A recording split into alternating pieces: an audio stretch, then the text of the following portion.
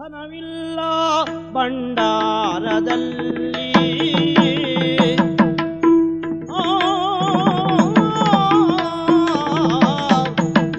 ಧನವಿಲ್ಲ ಭಂಡಾರಿಯಲ್ಲಿ ಹೌದು, ಧನವಿಲ್ಲ ಭಂಡಾರಿಯಲ್ಲಿ ಅದೆಲ್ಲ ಭಟ್ರಲ್ಲಿ ಕೊಂಕಣಿಗರಲ್ಲಿ ಆಗೋಯ್ತಲ್ಲ. ಭಂಡಾರದಲ್ಲಿ ಭಂಡಾರವ ಇದಗನು ಮಾಡುವೆ ಭೂಪ ಕೇಳಬೇಕಿಲ್ಲಿ ಅನಿವಾರ್ಯ ಯುದ್ಧದಿ ಧನಹಾನಿಯಾಯ್ತೆಂದು ಜನರ ಎಚ್ಚರಿಸಿ ಆಗುವುದಾ? ನೀವೇ ಎಚ್ಚರಿಸಬೇಕು. ಜನರ ಎಚ್ಚರಿಸುತ್ತ ಕರ ವಿಧಿಸುವುದು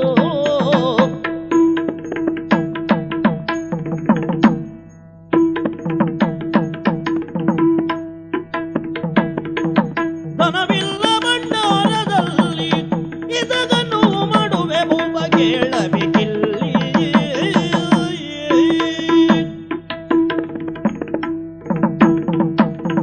ಮಹಾರಾಜರೇ, ಓ ಮಹಾಪ್ರಭು ಒಬ್ಬ ಪ್ರಜೆಗಳಿಗಾಗಿ ಬದುಕುತ್ತಿರಬೇಕು. ಆಯ್ತಲ್ಲ ನಮ್ಮ ಹಣೆ ಬರ. ತಾನು ತನ್ನ ಸಂಸಾರ ತನ್ನ ಸುಖ ಎಲ್ಲ ಒತ್ತಟ್ಟಿಗಿಡಬೇಕು. ಆ ಮಾತು ಮೊದಲೇಕೆ ಹೇಳಿಲ್ಲ ನೀನು? ಈಗ ಹೇಳಬೇಕಾಗಿದೆ. ಅವರಿವರು ಸತ್ರು ನಾನೇನು ಮಾಡುವುದು ಅಂತ ಚಿಂತಾಕ್ರಾಂತರಾಗಿದ್ದೀರಿ. ಹೌದು, ಚಿಂತೆಯ ಪರ್ವತವೇ ನಮ್ಮ ತಲೆಯ ಮೇಲೆ ಬಂದು ಬೀಳ್ತದೆ ಈಗ. ಯಾಕೆ? ಕಾರಣ ನಮ್ಮ ಊರಿನಲ್ಲಿ ಬರಗಾಲ. ಹೌದು, ಬರಗಲ್ವಾ? ಬರಗಾಲ ಬಂತು. ಎಲ್ಲಿ ನೋಡಿದ್ರು ಜನರ ಹಾಹಾಕಾರ. ಇದು ಕಾರಣ ನನಗೆ ಗೊತ್ತಾಯ್ತು. ಮಳೆ ಇಲ್ಲ, ಬೆಳೆ ಇಲ್ಲ. ಸರಿ ಸರಿ, ಬರಗಾಲ ಅಂದ್ರೆ ಅದೇ. ಪ್ರಜೆಗಳಿಗೆ ನೆಲೆ ಇಲ್ಲ. ಅದಷ್ಟು ಆಗುವುದೇ. ಇನ್ನು ನಿಮ್ಮ ಆಡಳಿತಕ್ಕೆ ಬೆಲೆ ಇಲ್ಲ. ಬೆಲೆ ಇಲ್ಲದೆ ಹೋದಾಗ ಅದ್ರ ಕಾರಣ ಏನು ಅಂತ ನನಗೆ ಗೊತ್ತುಂಟು. ಏನು? ಇದ ದೇವೇಂದ್ರ ಹಿಂದೆ ಕೆಲಸ ನೋಡು. ಯಾರು? ದೇವೇಂದ್ರಯ್ಯ. ನಿಮಗೆ ಗೊತ್ತು? ನಿಮಗೆ ಅಯ್ಯೋ, ನಿಮ್ಗೆ ವಿಷಯ ಗೊತ್ತಿಲ್ವಾ? ನಾನು ಒಂದೊಂದು ದಿವಸ ಉಪವನಕ್ಕೆ ಅಂತ ನಾನು ನಾಗವೇಣಿಯರನ್ನೆಲ್ಲ ಕರ್ಕೊಂಡು ಹೋದದ್ದಲ್ವಾ. ಹಿಂದಿನ ಕಥೆ. ವೇಣಿಯರು ಅಂದ್ರೆ ಇದ್ದವಳು ಒಬ್ಬಳೆ. ಅವಳು ಕರ್ಕೊಂಡು ಹೋಗೋ ಸಂದರ್ಭದಲ್ಲಿ ಈ ಚಿತ್ರಸೇನ ಗಂಧರ್ವನ ತಮ್ಮನಂತೆ. ಅವ ಹೆಸರೇನು ಅಂತ ನನಗೂ ಗೊತ್ತಿಲ್ಲ. ವಿಚಿತ್ರಸೇನ ಹೆಚ್ಚು ಕಡಿಮೆ ಹಾಗೆ ಇರಬೇಕು. ನಾನು ಒಬ್ಬಳನ್ನು ಕರ್ಕೊಂಡು ಹೋಗ್ತಾ ಇದ್ದೆ, ಅವ ಇಬ್ಬರನ್ನು ಕರ್ಕೊಂಡು ಬರ್ತಾ ಇದ್ದ. ನಾನು ಅವನನ್ನು ನೋಡಿದೆ. ನನ್ನಾಗೆ ಏನೋ ಒಂದು ಪಾಪ ವಿನೋದಕ್ಕೆ ಬಂದಿದ್ದಾನೆ, ಮಾಡಿಕೊಳ್ಳಿ, ನಮ್ಮದೇನು ಆಕ್ಷೇಪ ಇಲ್ಲ ಅಂತ ನಾನು ಹೋಗ್ತಾ ಇದ್ದ. ಔದಾರ್ಯ. ಹೌದು. ಆದ್ರೆ ಈ ಹೆಣ್ಣು ಮಕ್ಕಳಿದ್ದಾರೆ ನೋಡು, ಅವರಲ್ಲಿ ಮಾತ್ರ ಹೊಂದಾಣಿಕೆ ಬರಲಿಲ್ಲ. ಅವರಿಬ್ಬರು ನನ್ನವಳನ್ನು ನೋಡಿ ಮಲ್ದದ್ದು. ಇವಳು ಒಬ್ಳೆ ಅಂತ ಅವ್ರ ಲೆಕ್ಕ, ಇವಳ ಲೆಕ್ಕ ನಿಮ್ಮಿಬ್ಬರಿಗೆ ನನಗೆ ಒಬ್ಳೆ ಸಾಕು ಅಂತ ಮಾತು ಬೆಳೆದು ಪ್ರಕರಣ ಜಗಳಕ್ಕೆ ಬಂದು ಮುಡ್ತು. ಆಗ ಈ ಹೆಣ್ಮಕ್ಳು ಹಿಂದಿನ ಗಂಡು ಮಕ್ಕಳು ಹೋಗ್ಬೇಕಾ ಬೇಡವಾ? ಅನಿವಾರ್ಯ ನನಗೆ ಹೋಗೋ ಪ್ರಸಂಗ ಬಂತು. ಮಾತಿಗೆ ಮಾತು ಬೆಳೆದು ಜೋರಾಗಿ ತೆಗೆದು ನಾನು ಒಂದು ಎದ್ದು ಹೀಗೆ ಬಲಗೈ ಬೀಸಿ ಎತ್ತಿದ್ದು. ಬಲಗೈಲ ನಾನು ಹೊಡೆತೇನೆ ಅಂತ ಅವನು ನೋಡ್ತಾ ಇದ್ದಾನೆ. ನಾನು ಎಡಗೈಲಿ ಪಾಟ್ನು ಕೊಟ್ಟೆ. ಅವನಿಗೆ ಎಲ್ಲಿ ಬಿತ್ತು ಅಂತಲೇ ಗೊತ್ತಾಗ್ಲಿಲ್ಲ. ಮತ್ತೆ ಅವನು ಎಲ್ಲಿ ಹೋದ ಅಂತಲೂ ಇಲ್ಲ. ಆಚೀಚೆ ನೋಡ್ತೇನೆ, ನನ್ನ ಕಾಲಡಿಯಲ್ಲೇ ಬಿದ್ದುಕೊಂಡಿದ್ದಾನೆ. ಅಂತೂ ಹೋಗೇ ಬಿಟ್ನ. ಹೇಗೆ ದೇವಲೋಕದವ್ರೇನೋ ಕುಡಿದಿದ್ರು ಅಂತ ಹೇಳ್ತಾರಪ್ಪ, ಹೀಗೆ ಯಾಕಾಯ್ತು ಅಂತ ನಾನು ನೀರ್ ತಂದು ಮುಖಕ್ಕೆ ಹಾಕಿದ್ದೆ. ಎಚ್ಚರ ಆಯ್ತು. ಆಗ ಒಂದು ಮಾತು ಹೇಳಿ ಹೋದವ, ಇದು ಮುಗಿಲಿಲ್ಲ, ಈಗ ಪ್ರಾರಂಭ ಅಂತ ಹೇಳಿ ಹೋದ. ಇದಾದ 4 ದಿವಸ ಸುದ್ದಿ ಬಂದು ದೇವೇಂದ್ರ ದೇವತೆಗಳ ಕರ್ಕೊಂಡು ಬಂದಿದ್ದಾನೆ.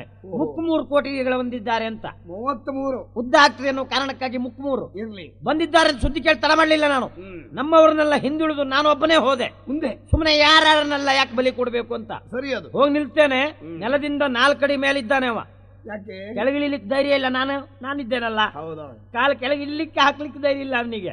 ನಾನು ತಡ ಮಾಡಲಿಲ್ಲ. ಏನು ಬಂದದ್ದು ಅಂತ ವಿಷಯ ಶುರು ಆಯ್ತು. ಅಲ್ಲಿಂದ ಮುಂದುವರಿಯಿತು. ನೋಡ್ತಾ ನೋಡ್ತಾ ಸುಮ್ಮನೆ ಇದ್ದೇನೆ. ನಾನು ಮೊದಲು ಕೈ ಹಾಕಬಾರ್ದು, ನಾಳೆ ಆಕ್ಷೇಪಕ್ಕೆ ಗುರಿಯಾಗಬಾರ್ದು ಅಂತ. ಹೌದು, ನೋಡ್ತಾ ಇದ್ದೇನೆ.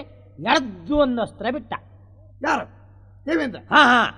ಯಾವುದು ಅಂತ ವಿಚಾರ ಮಾಡ್ತಾ ಉಳಿದೆ ನಾನು. ಬಂತು, ತಕೊಳ್ಳಿ, ಅದು ಇದು ಆಗ್ನೇಯಾಸ್ತ್ರ.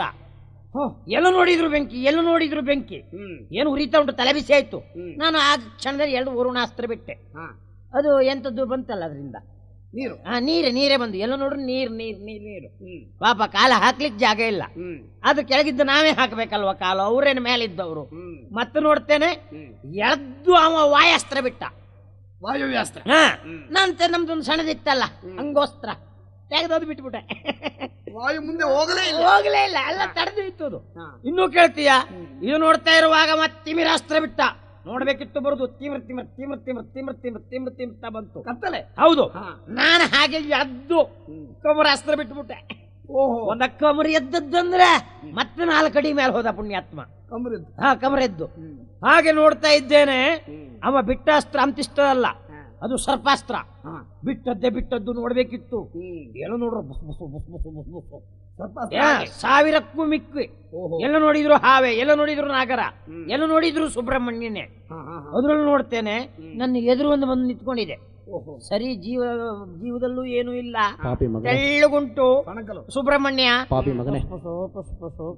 ಅಂತ ಉಂಟು.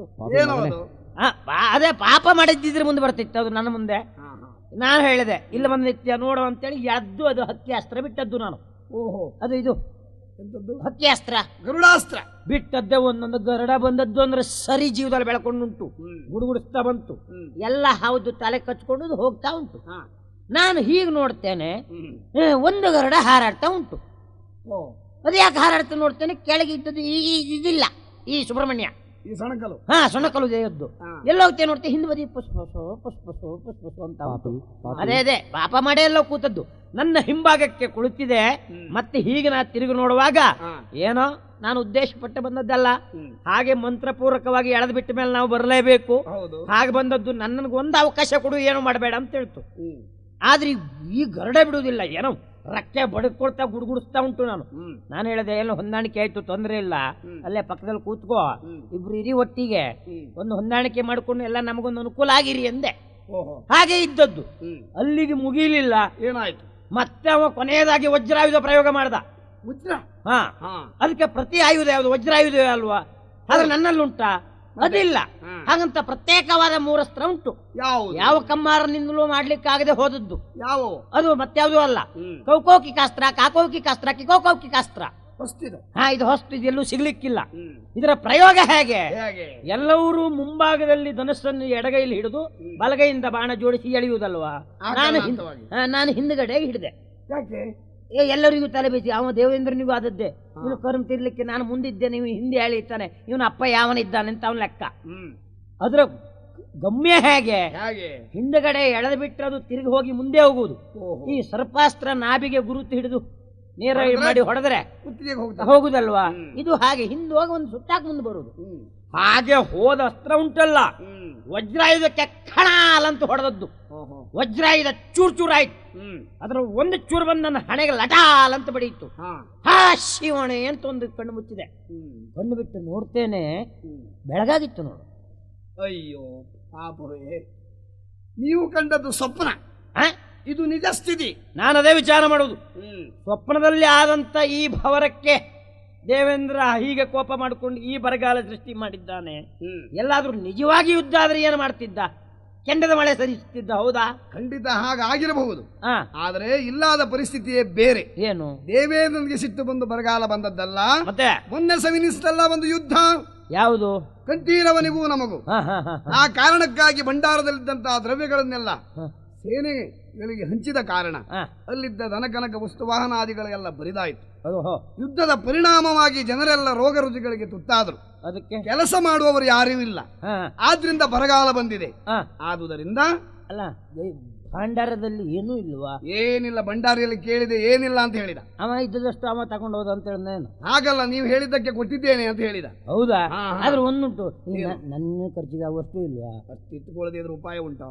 ಅದ ಹೇಳಿದ್ದು ನಾನು. ನಾಳೆ ಅದಕ್ಕೂ ಕೈ ಹಾಕ್ತಾರೆ. ಈಗ ಅದಕ್ಕೆ ಏನು ಮಾಡ್ಬೇಕು ಅಂತ ಹೇಳ್ತೀಯ? ಒಂದೇ ಒಂದು ಉಪಾಯ. ಅನಿವಾರ್ಯವಾಗಿ ಯುದ್ಧ ಸಂಘಟಿಸಿದ ಕಾರಣ ಪರಿಣಾಮವಾಗಿ ಬರಗಾಲ ಬಂದಿದೆ ಅಂತ ಹೇಳಿ ಹೊಸ ಕರವನ್ನ ಜನರ ಮೇಲೆ ಹೇರಬೇಕು. ಏನು? ಅದಕ್ಕೆ ನಿಮ್ಮ ಅನುಮತಿ ಬೇಕು. ಏನು ನಾನೇನು ಮಂಗ ಅಂತ ಲೆಕ್ಕ ಹಾಕಿದ್ದೀಯಾ? ಖಂಡಿತ ಇಲ್ಲ. ನನಗೆ ಹೇಳಿದ್ದೆ ಯಾವ್ದು ಅರ್ಥ ಆಗುದಿಲ್ಲ ಅಂತ ತಿಳ್ಕೊಂಡಿದ್ದೀಯಾ? ಏನು? ನಿನ್ನ ಮಾತು ಕೇಳಿ ಅಂತೆ ನನ್ನ ಕರ ಏರಿದ್ರೆ ಏನಾಗ್ತದೆ? ವರ್ಷ ಪ್ರತಿ ಪಡೆಯಬೇಕಾದ ಪಡೆದಾಗಿದೆ, ಬಂದಾಗಿದೆ. ಹೌದಾ? ಮೊನ್ನೆ ಎಲ್ಲ ಕೊಟ್ಟು ಕೈ ತೊಳ್ಕೊಂಡಿದ್ದಾರೆ. ಈಗ ಮತ್ತೆ ಕರ ಏರಿದ್ರೆ ಈ ಬಡವರೆಲ್ಲ ಎಲ್ಲಿಂದ ಕೊಡ್ತಾರೆ? ಅವರೆಲ್ಲ ಹೇಳಲಿಕ್ಕಿಲ್ವಾ? ಈ ಮಹಾರಾಜನ ಯಾವತ್ತಾದ್ನೋ ನಮ್ಮ ಹಣೆ ಬರ ಇಷ್ಟ ಆಯ್ತು, ಇವು ಮತ್ತು ನಮ್ಮಲ್ಲಿ ಕರಬೇಕು ಅಂತ ಹೇಳ್ತಾ ಇದ್ದಾನೆ, ಇವಾಗಷ್ಟು ಹಣದ ಅಗತ್ಯ ಇದ್ರೆ 4 ಮನೆ ಬೇಡಿದ್ರೆ ಆಗುದಿಲ್ವಾ ಅಂತ ಹೇಳುವುದಿಲ್ವಾ? ಅದರಲ್ಲೂ ಬುದ್ಧಿವಂತರಾದವ್ರು ನಗಾಡ್ತಾರೆ. ಇಂಥ ಒಂದು ಮಂಗ ಸಿಂಹಾಸನ ಏರ್ ನಮ್ಮ ಹಣೆ ಬರ ಇಷ್ಟ ಆಯ್ತು, ಇವನಿಗೆ ಸ್ವಂತ ಬುದ್ಧಿ ಏನೂ ಇಲ್ಲ, ಇನ್ನೊಬ್ರು ಹೇಳದ್ದಂತ ಕೇಳಲಿಕ್ಕಿಲ್ಲ ಅಂತ ಆಕ್ಷೇಪ ಮಾಡ್ಲಿಕ್ಕಿಲ್ವಾ? ಆದ್ರಿಂದ ಅವ್ರು ಕೇಳಿದ್ರು ಉತ್ತರ ಕೊಡುವುದು ಯಾರು? ನಾನಿಲ್ವಾ? ಅಂದ್ರೆ ನೀನಿದ್ರೆ ಭೂಮಿಯೇ ಬಿರಿಯಲಿ, ಹಾ ಆಕಾಶವೇ ಕಳಚಿ ಬೀಳಲಿ, ಹಾ ನಾನಿದ್ದೇನೆ. ಹೌದಪ್ಪ. ಭೂಮಿ ಬೀರಿಲಿ, ನಾನೊಂದು ಕೆಳಗೆ ಹೋಗ್ಲಿ, ನೀನ್ ಮೇಲಿಂದ ಎಷ್ಟು ಕೆಳಗೆ ಹೋದ್ರು ಅಂತ ನೋಡ್ತಿ. ಆಕಾಶ ಅದು ನನ್ನ ತಲೆ ಮೇಲೆ ಬೀಳಲಿ, ನಿನಗೆ ನಷ್ಟ ಇಲ್ಲ ಭವಿಷ್ಯ. ಹಾಗಲ್ಲ, ಅಂತ ಅವಘಡ ಒದಗಿ ಬಂದರೂ ಹಾ. ನಾನಿದ್ದೇನೆ, ಉತ್ತರ ನಾನು ಕೊಡ್ತೇನೆ. ನನಗೆ ಯಾವುದು ತೊಂದರೆ ಬರಲಿಕ್ಕಿಲ್ಲ. ಖಂಡಿತ ಇಲ್ಲ. ಹೌದಲ್ಲ? ನಿಮ್ಮ ಅನುಮತಿ ಮೇರೆಗೆ ಹಾ ಈ ಕ್ಷಣವೇ ಹಾ ಕರವನ್ನು ವಸೂಲಿ ಮಾಡ್ಲಿಕ್ಕೆ ಜನರನ್ನು ಕಳಿಸ್ತೇನೆ. ಮುದ್ರೆ ಬೇಕಾ? ಒಂದು ಮುದ್ರೆ ಒತ್ತಿ. ತಗೋ. ಹಾಗಿದ್ರೆ ನನಗೆ ತೊಂದರೆ ಆಗ್ಲಿಕ್ಕಿಲ್ಲ. ಖಂಡಿತ ಇಲ್ಲ. ಮರುಳು ಭೂಮತೀತರರು ಬುರದೆವು ಹೊರಗಟ್ಟುದಲಿ ರಾಜ್ಯವನ್ನು ವಶಗೊಂಬೆ ವಿಷ್ಟರವನೇರಿ ಮೆರವ ಎನ್ನ ಕೇಳುವರಾರೆ.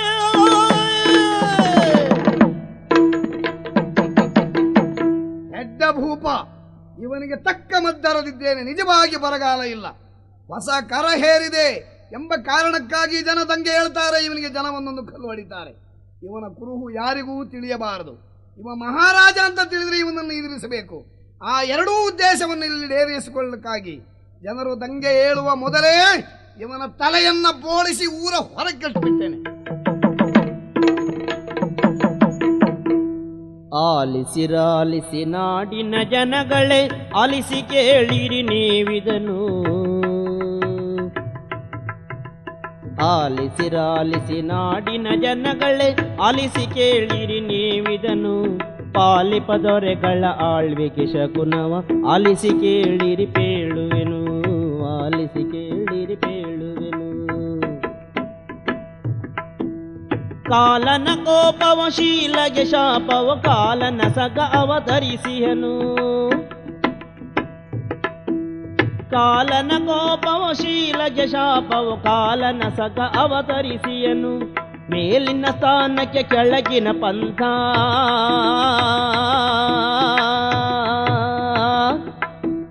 ಮೇಲಿನ ಸ್ಥಾನಕ್ಕೆ ಕೆಳಗಿನ ಪಂಥವು, ಮೇಲಾಟವು ನಿಜ ಕೇಳುವುದು, ಮೇಲಾಟವು ನಿಜ ಕೇಳುವುದು.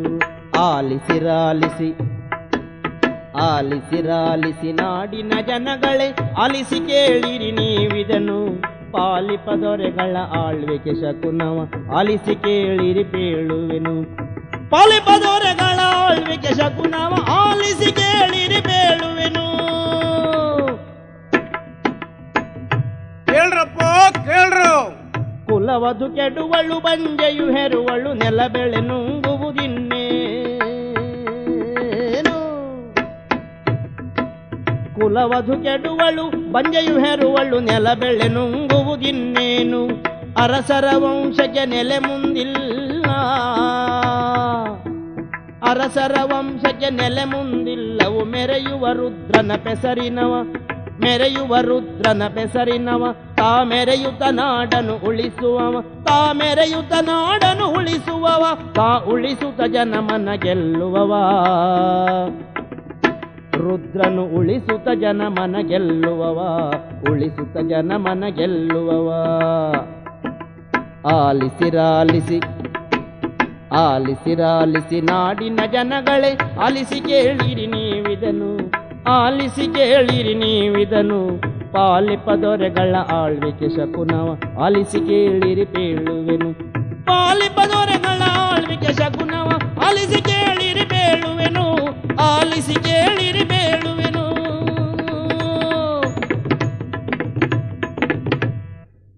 ನಮಸ್ಕಾರ ಸ್ವಾಮಿ. ನಮಸ್ಕಾರ. ಈ ಊರಿನ ಭವಿಷ್ಯವನ್ನು ಹೇಳಬೇಕು ಅಂತ ಆಲೋಚನೆ ಮಾಡಿದ್ದೇನೆ. ಹೌದಾ? ಬರೇ ಊರಿನ ಭವಿಷ್ಯ ಹೇಳುವುದು ಮಾತ್ರ ಅಲ್ಲ, ನಾಡಿನ ಜನರ ಭವಿಷ್ಯವನ್ನು ಹೇಳಬಲ್ಲೆನು. ಹೌದಾ? ಆದರೆ ನಾಡಿನ ಜನರ ಭವಿಷ್ಯ ಹೇಳುವುದು ಈಗ ಅಗತ್ಯ ಇಲ್ಲ. ಈ ಕಲ್ಯಾಣಪುರದ ಭವಿಷ್ಯವನ್ನೇ ಹೇಳಬೇಕು ಅಂತ ಆಲೋಚನೆ ಮಾಡಿ ಇಲ್ಲಿವರೆಗೂ ಬಂದಿದ್ದೇನೆ ಸ್ವಾಮಿ. ಕಲ್ಯಾಣಪುರದ ಭವಿಷ್ಯ ಅಂತ ಹೇಳಿದ್ರೆ, ಈಗ ಈ ರಾಜ್ಯದಲ್ಲಿ ಅರಸ ಇಲ್ಲ. ಈ ಅರಸ ಇಲ್ಲದ ಈ ನಾಡು ಮುಂದೇನಾಗಬಹುದು ಮುಂದೇನಾಗಬಹುದು ಎನ್ನುವ ಕುತೂಹಲ ಪ್ರತಿಯೊಬ್ಬರಲ್ಲಿಯೂ ಕೇಳುತ್ತಾ ಇದೆ. ಇದು ಸತ್ಯ ತಾನೇ? ಬೇರೆ ಏನಲ್ಲ, ಹೀಗೆ ಇದ್ದದ್ದೇ ಆದರೆ ಮುಂದೆ ಬಹಳಷ್ಟು ದುರ್ಭಿಕ್ಷೆ ಬರಲಿಕ್ಕುಂಟು ಸ್ವಾಮಿ ಈ ರಾಜ್ಯಕ್ಕೆ. ದುರ್ಭಿಕ್ಷೆ ಅಂತ ಹೇಳಿದರೆ ಎಂತಹ ದುರ್ಭಿಕ್ಷೆ?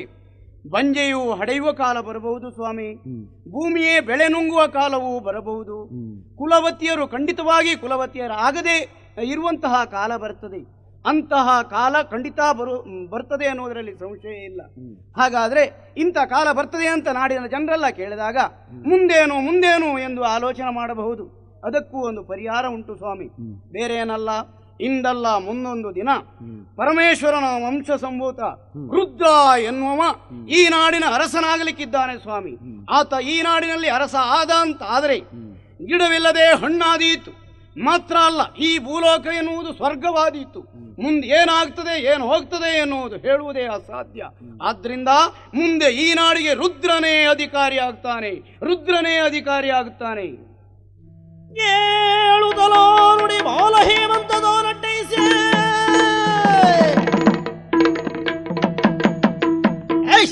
ಮುಚ್ಚಬಾಯ್ ಇಳಿಯ ಕೆಳಗೆ. ಯಾಕೆ ಏನ್ ಹೇಳ್ತಾ ಇದ್ದೆ ಎನ್ನುವ ಪ್ರಜ್ಞೆ ಇದೆಯೇನೋ ನಿನಗೆ? ಏನು ಸಾರ್ವಜನಿಕರು ಸೇರಿದಂತ ಈ ಸ್ಥಳದಲ್ಲಿ ಎತ್ತರದ ಕಟ್ಟೆಯನ್ನೇರಿ ಏರು ಸ್ವರದಲ್ಲಿ ಕಿರಿತಾ ಇದ್ದೀಯಲ್ಲ, ಭವಿಷ್ಯ ಹೇಳುವವನ ನೀನು. ಹೌದು, ಈ ಕಲ್ಯಾಣಪುರದ ಭವಿಷ್ಯ ಹೇಳ್ತೀಯ ನೀನು? ಖಂಡಿತ. ನಿನ್ನ ಭವಿಷ್ಯ ಏನು ಅಂತ ಗೊತ್ತಿದೆಯೇನೋ ನಿನಗೆ? ನನ್ನ ಭವಿಷ್ಯ ಗೊತ್ತುಂಟು, ನಿನ್ನ ಭವಿಷ್ಯವೂ ಬೇಕಾದ್ರೆ ಹೇಳಿ. ಏನು ಸಾಕು ಸುಮ್ಮನೆ ಇರ. ಯಾಕ ನೀನು ಹೇಳಬೇಕಾದ ಅಗತ್ಯ ಇಲ್ಲ.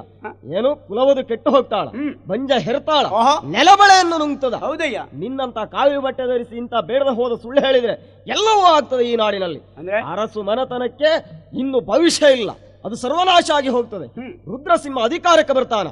ಏಯ್ ಸತ್ಯ ಹೇಳು, ಇದನ್ನೆಲ್ಲ ಹೇಳಿ ಕಳಿಸಿದವರು ಯಾರು ನಿನಗೆ?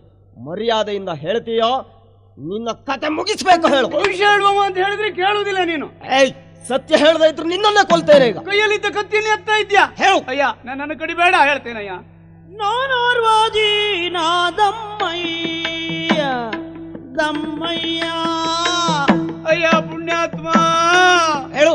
ಎನ್ನ ಪ್ರಾಣವನುಳು ಅಮ್ಮಯ್ಯ ದಮ್ಮಯ್ಯ, ಎನ್ನ ಪ್ರಾಣವ ಉಳುಹೋ ಅಮ್ಮಯ್ಯ. ಹೌದಯ್ಯ. ನಾನಿಂದ ಸಡೆಯನು ಆಡೆನೆಂದರೆ ಧೂರ್ತ ಅವ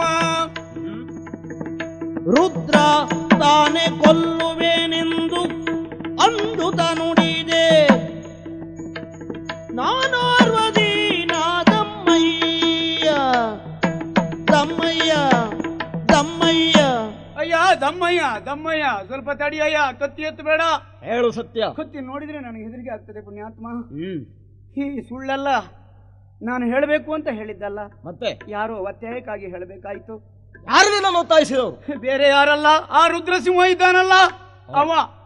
ಈ ನಾಡಿನಲ್ಲಿ ನೀನೊಬ್ಬ ಭವಿಷ್ಯ ಹೇಳುವವ ಅಂತ ಅಲ್ಲಿವರೆಗೆ ಹೋಗಬೇಕು, ಈ ರೀತಿಯಲ್ಲೇ ಹೇಳಬೇಕು ಅಂತ ಎಲ್ಲ ಹೇಳಿಕೊಟ್ಟ. ಎಷ್ಟು ಹೇಳಿಕೊಟ್ರು ನನಗೆ ಬರಲಿಲ್ಲ, ಆದ್ರೂ ಆಗುದಿಲ್ಲ ಅಂತ ಬಿಡ್ಲಿಲ್ಲ. ಹೇಳದೆ ಇದ್ರೆ ಖಂಡಿತ ನಿನ್ನನ್ನು ಬಿಡುವುದಿಲ್ಲ, ನಿನ್ನ ಹೆಂಡತಿಯನ್ನು ಕೊಲ್ತೇನೆ ಅಂತ ಹೇಳ್ದ. ಹೌದಾ? ಆದ್ರೂ ತೊಂದರೆ ಇಲ್ಲ, ಸುಳ್ಳು ಹೇಳುವುದಿಲ್ಲ. ಇದ್ದ ಹೆಂಡತಿ ಹೋದ್ರೆ ಬೇರೆ ಮದುವೆ ಆಗಬಹುದು ಅಂತ ಸುಮ್ಮನಾದೆ. ಅಷ್ಟಕ್ಕೆ ಬಿಡ್ಲಿಲ್ಲ. ಹುಟ್ಟಿದ ಮಕ್ಕಳನ್ನೂ ಕೊಲ್ತೇನೆ ಅಂತ ಹೇಳ್ದ. ಹುಟ್ಟಿದ ಮಕ್ಕಳನ್ನು ಕೊಲ್ತೇನೆ ಅಂತ ಹೇಳಿದ್ರೆ ಯೌವನ ಇದ್ರೆ ಮತ್ತೆ ಮಕ್ಕಳು ಹುಟ್ಟಬಹುದು ಅಂತ ಸುಮ್ಮನೆ ಉಳಿದೆ. ಆದ್ರೆ ಬಿಡ್ಲಿಲ್ಲ. ಇಷ್ಟನ್ನು ಕೇಳದ ಆತ ನಿನ್ನನ್ನೇ ಕೊಲ್ತೇನೆ ಅಂತ ಹೇಳ್ದ. ಸಾಯ್ಬೇಕಿತ್ತು. ಅಯ್ಯೋ, ಸಾಯುವುದಕ್ಕೆ ಸಮಯ ಎಲ್ಲಿದೆ ಹೇಳು? ಸಮಯ ಇದ್ರೂ ನಾವು ಎಷ್ಟೆಲ್ಲ ಆಸೆಯನ್ನು ಕಟ್ಟಿಕೊಂಡಿದ್ದೇವೆ. ಇಷ್ಟೊಂದು ಸುಳ್ಳು ಹೇಳುವುದಕ್ಕಾಗುವುದಿಲ್ಲ ಅಂತ ನಾನು ಸಾಯುವುದ್ರಿಂದಲೂ ಸಾಯುವ ಮೊದಲೇ ಸುಳ್ಳು ಹೇಳಿ ಬದುಕಿದ್ರೆ ಇನ್ನೇನೇನೋ ನೋಡಬಹುದು ಅಂತ ಆಸೆ ಹೊತ್ತ ನಾನು ಭವಿಷ್ಯ ಹೇಳ್ತೇನೆ ಅಂತ ಬಂದೆ. ಇದು ನಾನಾಗಿ ಹೇಳಿದ್ದಲ್ಲ ಅಯ್ಯ. ನನಗೆ ಖಂಡಿತ ನೀನು ಹೊಡಿಬೇಡ, ನನ್ನನ್ನು ಕೊಲ್ಲಬೇಡ. ಇದು ಹೇಳಿದ್ದು ರುದ್ರಸಿಂಹ. ನಿನ್ನಂತ ಒಬ್ಬ ದೀನನನ್ನು ಕೊಂದು ನಾವು ಸಾಧಿಸಬೇಕಾದದ್ದು ಏನೂ ಇಲ್ಲ. ನಮ್ಮ ಸಾಧನೆಯ ಪಥವೂ ಅದಲ್ಲ. ಬದುಕಬೇಕೆನ್ನುವ ಆಸೆ ನಿನಗುಂಟು ತಾನೆ. ಹಾಗಿದ್ರೆ ಒಂದು ಒಳ್ಳೆ ಕೆಲಸ ಮಾಡು. ಯಾವುದು? ನೇರವಾಗಿ ಆ ರುದ್ರಸಿಂಹ ಇದ್ದಲ್ಲಿಗೆ ಹೋಗು. ಒಂದೊಮ್ಮೆ ಅವ ಅಧಿಕಾರಕ್ಕೆ ಬರ್ತಾನೆ ಅಂತ ಆದ್ರೆ ಅವನನ್ನು ಪ್ರತಿಭಟಿಸುವುದಕ್ಕೆ ನಾನು ಒಬ್ಬನೇ ಅಲ್ಲ, ನನ್ನ ಹಿಂದೆ ದೊಡ್ಡ ಒಂದು ಗುಂಪೇ ಇದೆ. ಆದ್ರಿಂದ ಮರ್ಯಾದೆಯಿಂದ ಆಸೆ ಬಿಟ್ಟು ಬದುಕಬೇಕಂತ ಆ ರುದ್ರಸಿಂಹನಿಗೆ ಹೋಗಿ ಎಚ್ಚರಿಕೆ ಮಾತನ್ನು ಹೇಳು. ಇಷ್ಟೇ ತಾನೇ? ಇಷ್ಟು ಹೇಳಿದ್ರೆ ನೀನು ಬದುಕ್ತೀಯ? ಖಂಡಿತವಾಗಿ ನಾನು ಬದುಕ್ತೇನೆ ಅಂತ ಆದ್ರೆ ಅಷ್ಟು ಹೇಳ್ತೇನೆ. ಹೋಗು. ಸರಿ, ರುದ್ರಸಿಂಹ ನನ್ನಲ್ಲಿ ಆಗುವುದಿಲ್ಲ ಅಂತ ಹೇಳಿದ್ರು, ಇಷ್ಟನ್ನೆಲ್ಲ ಹೇಳಿಸಿದ. ಹಾಗಾದ್ರೆ ನಾನು ಹೋಗಿ ಅವನಲ್ಲಿ ಇಷ್ಟನ್ನೇ ಹೇಳಿಬಿಡ್ತೇನೆ, ನೋಡು ಮುಂದೇನಾಗ್ತದೆ.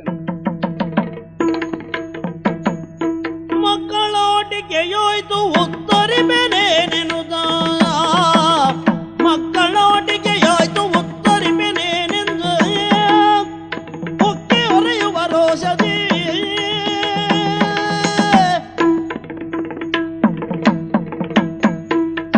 ಹೇಮಂತನನ್ನು ರುದ್ರಸಿಂಹನಲ್ಲಿಗೆ ಕಳುಹಿಕೊಟ್ಟೆ. ಅವನ ಮೋಸದ ಬಲೆಯಲ್ಲಿ ಸಿಲುಕಿ ಅವನ ವಶವರ್ತಿಯಾಗಿ ಬಿಟ್ಟನಲ್ಲ. ನನ್ನದೆಲ್ಲ ಮಕ್ಕಳಾಟಿಕೆಯಾಗಿ ಹೋಯಿತಲ್ಲ, ಎಣಿಕೆ ಅಲ್ಲ ಬರಡಾಯಿತು. ಅಕ್ಷಯ, ಮುಂದೇನು ಮಾತಾಡ್ತಾ ಇದ್ದೀರಿ? ಮುಂದೇನು ಮಾಡಬೇಕು ಅಂತ ನನಗೆ ದಾರಿ ಕಾಣುವುದಿಲ್ಲ. ಯಾಕೆ? ಯಾವ ವಿಷಯ?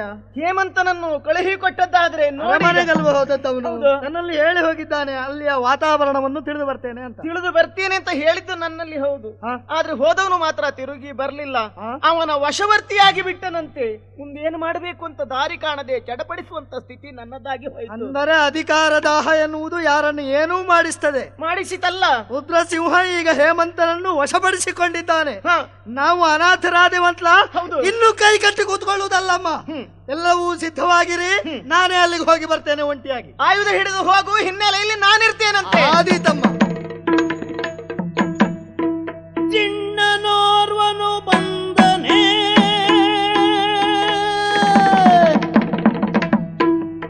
ಚಿಣ್ಣನೋರ್ವನು ಬಂದನೆ, ನಮ್ಮವರ ಮಣ್ಣುಗೂಡಿಬೆನೆಂದನೆ, ನಮ್ಮವರ ಮಣ್ಣುಗೂಡಿಬೆನೆಂದನೆ. ಸಣ್ಣ ಮೊದಲ ಎಣಿಸೆ, ಇದರೊಳಗೆ ಬಣ್ಣ ಬೇರಿದೆ ಯೋಚಿಸೆ.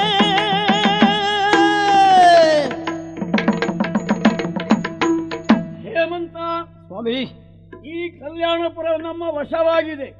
ನನ್ನ ಸುದೀರ್ಘವಾದಂತಹ ಯೋಚನೆಯ ಫಲವೋ ಎಂಬಂತೆ ಈ ಅಧಿಕಾರವನ್ನ ನಾನು ದಕ್ಕಿಸಿಕೊಂಡದ್ದು ಆಗಿದೆ.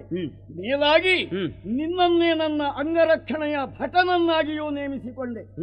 ಆದರೆ ಈಗೊಂದು ವಿಷಯ ತಿಳಿದು ಎಚ್ಚರಾಗುವ ಸ್ಥಿತಿ ಉಂಟಾಗಿ ಹೋಯಿತು. ಏನಾಯ್ತು ಹೇಳಿ? ನಾನು ತಿಳಿದಷ್ಟು ಸುಲಭವಲ್ಲವೋ ಅಂತ ಅನ್ನಿಸುತ್ತದೆ ಈ ಸದ್ಯದ ರಾಜಕೀಯ. ಯಾಕೆ? ಚಿನ್ನನೋರ್ವನು ಬಂದಿದ್ದಾನಂತೆ. ಬಂದೊಡನೆಯೇ ತನ್ನ ದಿಟ್ಟತನವನ್ನ ತೋರಿದ್ದಾನಂತೆ. ಅವ ಯಾರಿರಬಹುದು, ಯಾಕೆ ಬಂದಿರಬಹುದು, ಅವನನ್ನ ಬರ ಹೇಳು. ಆಗ್ಲಿ, ಯಾರಲ್ಲಿ ಬರ್ಲಿಕ್ಕೆ ಹೇಳಿ ಅವನನ್ನೊಳಗೆ. ಧೀರದನದೊಳು ನಿಂದ ಬಾಲನ, ಓಹೋ, ಧೀರದನದೊಳು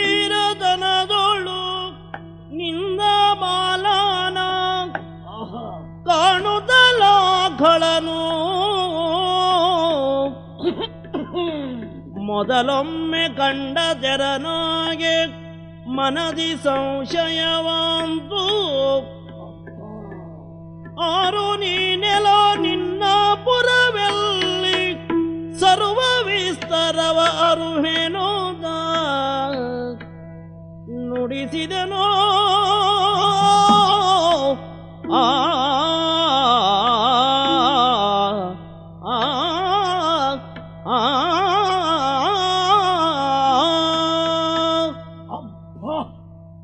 ಆಶ್ಚರ್ಯವಾಯಿತು.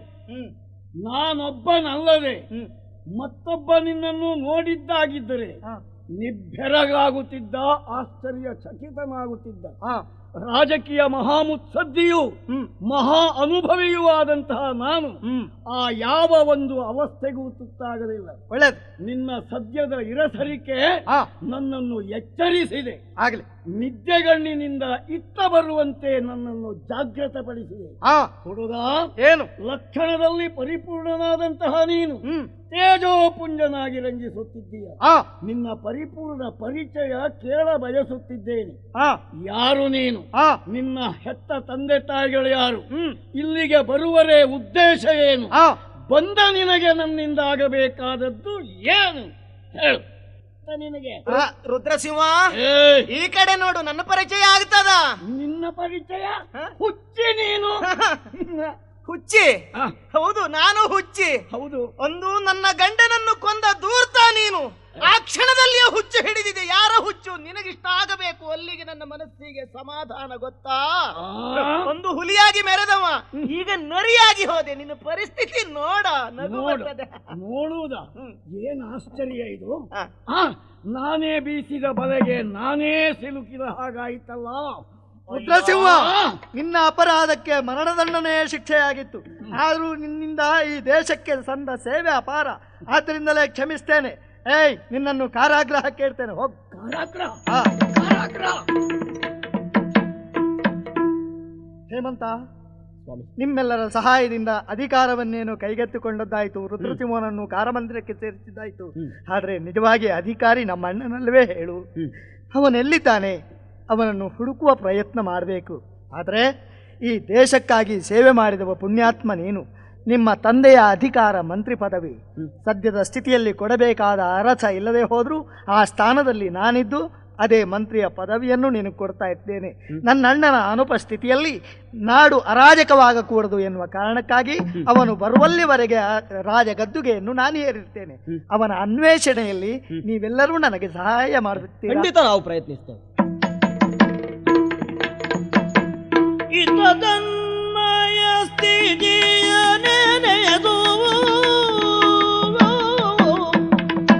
ಮತ್ತೆ ರುದ್ರನ ಎಣಿಸಿ ಕನಲಿ ಎತ್ತ ಹೋಗಲಿ ಯಾರೋಳೊರೆಯಲಿ ಎತ್ತ ಹೋಗಲಿ ಯಾರೋಳೊರೆಯಲಿ ಏನು ದಮರುಗಿ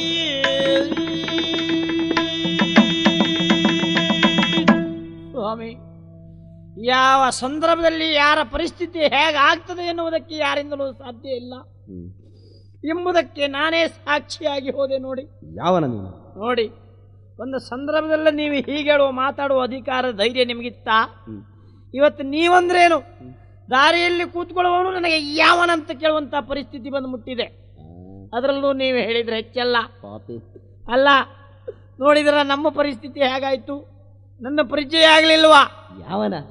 ನಾನು ಯಾರು ಅಂತ ಗೊತ್ತಾಗ್ಲಿಲ್ಲ. ಇಲ್ಲೆಲ್ಲ ಯಾಕೆ ಬಂದೆ? ಭಿಕ್ಷುಕರೆಲ್ಲ. ಅಯ್ಯೋ, ನಿಮಗೆ ವಿಷಯ ಗೊತ್ತಿಲ್ಲದೆ ಹಾಗೆ ಮಾತಾಡಬೇಡಿ. ಮತ್ತೆ ಭಿಕ್ಷುಕರು ಅಂತ ಕಡೆಗಣಿಸಬೇಡಿ ಸ್ವಾಮಿ. ಯಾಕೆ? ಒಳ್ಳೆ ಬಟ್ಟೆ ಹಾಕೊಂಡು ಗಟ್ಟಿ ಇದ್ದವರಾಗೆ ಕಾಣಿಸಿಕೊಳ್ಳುವವರಲ್ಲಿ ಕೆಲವೊಮ್ಮೆ ಭಿಕ್ಷುಕರಲ್ಲಿದ್ದಷ್ಟು ಇರುವುದಿಲ್ಲ. ಅದು ನಿಮಗೆ ವಿಷಯ ಗೊತ್ತಿಲ್ಲ. ಅವನ ಗೋಣಿ ಅಡಿಯಲ್ಲಿ ಎಷ್ಟಿರ್ತದೆ ಅಂತ ನಿಮ್ಗೆ ಗೊತ್ತಾಗ್ಲಿಕ್ಕಿಲ್ಲ ಅದು. ಹಾಗಾಗಿ ಹಾಗೆ ಲೆಕ್ಕ ಹಾಕಬೇಡಿ. ಆದ್ರೆ ಇವತ್ತು ನನ್ನಲ್ಲಿ ಮಾತ್ರ ಏನೂ ಇಲ್ಲ, ಸುಳ್ಳು ಹೇಳುವುದಿಲ್ಲ. ನಾನು ಯಾರು ಗೊತ್ತಾ? ಯಾರು? ಒಂದು ಸಂದರ್ಭದಲ್ಲಿ ನಾನು ಆಳಿ ಬೆಳಗಿದವ. ಲೋಲಾಕ್ಷ ಅಂದ್ರೆ ನಾನೇ ಅಲ್ವಾ? ಹೌದು, ನಮ್ಮ ಮಹಾರಾಜರು. ಹೌದು, ಲೋಲಾಕ್ಷ ನಾನೇ. ಇದು ಏನು ಕತೆ? ಯಾವುದು ನಿಮ್ಮದು? ನನ್ನ ತಲೆ ನೋಡಿ ನೀವು ಹೀಗೆ ಹೇಳ್ತೀರಾ? ಹೌದು ಸ್ವಾಮಿ, ಇದು ಹುಟ್ಲಿಲ್ಲ ಎನ್ನುವ ಸಮಸ್ಯೆ ಇರಲಿಲ್ಲ. ನನಗೇನು ಅನುಮಾನ. ಯಾಕೆ? ಕೂದಲು ಹುಟ್ಲೇ ಇಲ್ವಾ ಅಂತ ಹೇಳಿ. ಅಬದ್ಧ ಹೇಳಬೇಡಿ. ಮತ್ತೆ ಒಂದು ಕಾಲದಲ್ಲಿ ಎಂತ ಸಮೃದ್ಧವಾದಂತ ಕೇಶರಾಶಿ ಇತ್ತು ನಿಮ್ಮ ತಲೆ ಮೇಲೆ. ಆ ಕ್ಷೌರಿಕನಿಗೂ ನನ್ನ ತಲೆ ನೋಡಿ ತಲೆ ಬಿಸಿ ಆಗ್ತಿತ್ತು. ಆದ್ರೆ ಏನು ಮಾಡೋಣ ಹೇಳಿ, ಇಷ್ಟೆಲ್ಲ ಮಾಡಿಸಿದವ ಪಾಪ ಇವಾಗ ರುದ್ರಶಿವ. ಅವನು ಹೇಳಿದಂತೆ ಕರ ಏರಿಸಿದ್ದು. ಊರಿನವರೆಲ್ಲ ನನ್ನ ಕುರಿತಾಗಿ ಬೈಯುವುದಕ್ಕೆ ಪ್ರಾರಂಭ ಮಾಡಿದ್ರು. ವಿಷಯ ಗೊತ್ತಾಯ್ತು. ಮತ್ತೆ ಬಂದದ್ದು ನಮಗೇನು ತೆರಿಗೆ ಅಲ್ಲ ಸ್ವಾಮಿ, ನಮ್ಮವರದ್ದೇ ತಲೆ.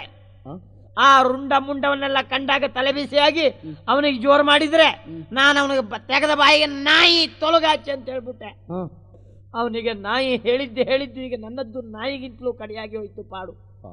ನಿನ್ನನ್ನು ಬಿಡುವಿಲ್ಲ ಅಂತೇಳಿ ನನ್ನ ತಲೆಯನ್ನು ಬೋಳಿಸುವುದಕ್ಕೆ ವ್ಯವಸ್ಥೆ ಮಾಡಿದ್ದು ಆ ಕರ್ಮದ ಕ್ಷೌರಿಕ ಇದ್ದಾನಲ್ಲ, ಅವನಾದ್ರೂ ಬೋಳಿಸುವಾಗ ಸ್ವಲ್ಪ ಮೆಲ್ಲಗೆ ಬೋಳಿಸಬಹುದಿತ್ತು. ನಮ್ಮವನೇ ಅಲ್ಲ ಅಂತ ನಾನು ಗತ್ತಿನಲ್ಲಿ ಹೇಳುವುದಕ್ಕೆ ಮುಂದಾದ್ರೆ ನನ್ನ ತಲೆ ಕೂದಲನ್ನು ಹಿಡಿದು ಆಚೆ ಎಳೆದದ್ದಲ್ವ ಅವ. ಹೌದಾ? ಕಾರಣ ಮತ್ತೇನಲ್ಲ, ಏನಂತೆ? 3 ತಿಂಗಳಿಗೊಮ್ಮ ಅವನೇ ಬಂದು ನನ್ನ ತಲೆಯನ್ನು ಕ್ಷೌರಿಸುವವ.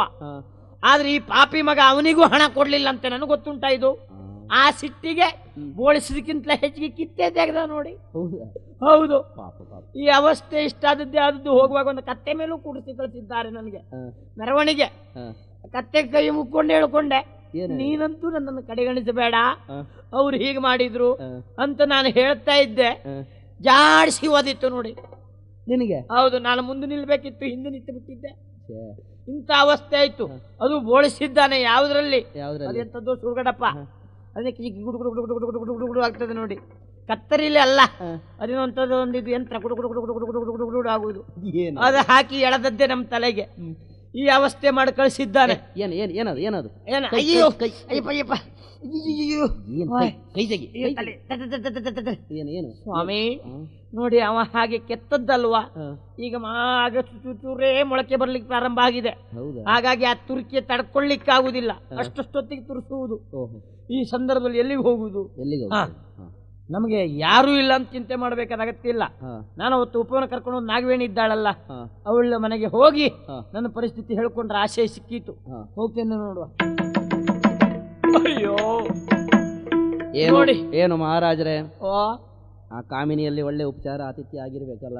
ಬೇಡ ಸ್ವಾಮಿ, ಮತ್ತೆ ಯಾರನ್ನಾದ್ರೂ ನಂಬಬಹುದು, ಹೆಣ್ಮಕ್ಳನ್ನ ನಂಬಾರ್ದು. ಯಾಕೆ? ನಾನು ಹೋದದ್ದು ಹಾ. ನನ್ನ ಪರಿಚಯ ಸಿಕ್ತು ಅವಳಿಗೆ. ಹಾ. ಪರಿಚಯ ಸಿಕ್ಕಿ ಮತ್ತೆ ಜೋರಾದದ್ದಲ್ವಾ. ಹ್ಮ್. ಈಗ ಮದುವೆಯಾಗಿ ನಾನು ಸಂಸಾರ ಮಾಡ್ಕೊಂಡಿದ್ದೆ, ನಾನು ಸಂಸಾರ ಹಾಳು ಮಾಡ್ಲಿಕ್ಕೆ ಬಂದದ್ದ. ಹಾ. ಆವತ್ತೊಂದು ದಿವಸ ನೀವು ಹೇಳಿದ್ದೇನು, ಮುಂದೆ ನಾನು ಮಹಾರಾಜನಾದ್ರೆ ನಿನ್ಗೆ ಯಾವುದಕ್ಕೂ ಕಡಿಮೆ ಇಲ್ಲ, ಮನೆ ಮೇಲೆ ಮನೆ ಕಟ್ಟಿಸ್ಕೊಡ್ತೇನೆ ಅಂತ ಹೇಳಿದವರಲ್ವಾ. ಹಾ. ಮಹಾರಾಜ ಆದದ್ದೇ ಅದು ಒಂದು ದಿವಸ ಆದ್ರೂ ನನ್ನ ಹತ್ರ ನೋಡಿದ್ದೀರಾ ಅಂತ ಹೇಳಿದವಳು, ನಾನು ಕಸ ಹೊಡಿಬೇಕು ಹೋಗ್ತಿರಿಲ್ವಾ ಅಂತ ತಂದಾಯ್ತು. ಏನು? ಅದೇ ಹೊಡೆಯುವುದು, ಕಸ ಹೊಡೆಯುವುದು. ಹೌದಾ? ಉದ್ದೇಶ ಕಸ ಹೊಡೆಯುವುದಲ್ಲ ಅಂತ ನನಗೆ ಗೊತ್ತಾಯ್ತು. ಅಲ್ಲಿಂದ ಓಡ್ದವ ಇಲ್ಲಿ ಬಂದು ನಿಂತಿದ್ದೇನೆ ನೋಡಿ. ಹೋಯ್ ಮಹಾರಾಜರೇ, ವಾ ಅಲ್ಲ ಅವತ್ತು ಅವಳ ಹತ್ರ ಅದು ಹೇಳಿದ್ದು ಹೌದಾ? ಅಲ್ಲ, ಹೇಳಿದ್ದು ಹೌದಪ್ಪ, ಹೇಳಿದ್ದು ಹೌದಾ? ಹೇಳಿದ್ದು ಹೌದು. ಹೇಳಿದ್ದು ಹೌದಾ ಅಂದ್ಮೇಲೆ ಮತ್ತೆ ಹಾಗೆ ನೀವು ನಡ್ಕೊಳ್ಬೇಕಾ ಬೇಡ? ನೋಡಿ, ಆ ತಲೆ ನನಗೆ ಬರಲಿಲ್ಲ. ನೀವು ಹೇಳ್ದಲ್ಲೆಲ್ಲ ನಡ್ಕೊಂಡು ಇದ್ದವ್ರನ್ನೆಲ್ಲ ಇನ್ನೂ ಮದುವೆ ಆದರೂ ಇಟ್ಕೊಂಡಿದ್ದೀರಿ. ಸುಮ್ಮನೆ ಆದ್ರೆ ನಮ್ಮ ಹಣೆ ಬರಕ ಆ ತಲೆ ಬರಲಿಲ್ಲ ನೋಡಿ. ಮಗನೇ, ಆ ತಲೆ ಬಂದಿದ್ರೆ ನಮ್ಮ ಪರಿಸ್ಥಿತಿ ಹೀಗಾಗ್ತಾ ಇರಲಿಲ್ಲ. ಈಗ ಏನು ಮಾಡುವುದು, ಯಾರಲ್ಲಿ ಹೋಗುವುದು? ಯಾರಲ್ಲ ಸ್ವಾಮಿ, ಹೆಣ್ಮಕ್ಳಲ್ಲಿ ಹೋದ್ರಷ್ಟೇ, ನಮ್ಮಲ್ಲಿ ಇದ್ರಷ್ಟೇ, ಬಿಟ್ಟರೆ ಇಲ್ಲದೆ ಹೋದ್ರೆ ಬೆಲೆ ಇಲ್ಲ. ನನಗೆ ಯಾರೂ ಇಲ್ಲ ಅಂತ ಚಿಂತೆ ಇಲ್ಲ. ನಮ್ಮ ಮನೆತನಕ್ಕೆ ನಿಷ್ಠಾವಂತನಾದಂಥ ಒಬ್ಬ ರಂಗಜ್ಜ ಇದ್ದಾನೆ. ಅವನ ಮುಖ ನೋಡಿದ್ರೆ ಕೆಲವು ವರ್ಷ ಆಯ್ತು. ನಾನು ನನ್ನ ಅಪ್ಪಯ್ಯನ ಮಿತ್ರವ, ಬಡವನಾದ್ರೂ ಅಷ್ಟೊಂದು ನಿಯತ್ತಿದ್ದವ, ಇಟ್ಕೊಂಡವ. ಯಾವುದೇ ಕಾರಣಕ್ಕೂ ಬಡವನಾದ್ರೂ ನಮ್ಮ ಅಪ್ಪಯ್ಯನಲ್ಲಿ ಹೊಂದಾಣೆ ತಕೊಂಡವಲ್ಲ. ಯಾಕೆ? ನಾನು ಪಡ್ಕೊಂಡು ಬಂದದ್ದಿಷ್ಟು ಅಂತ ಹೇಳುವವ.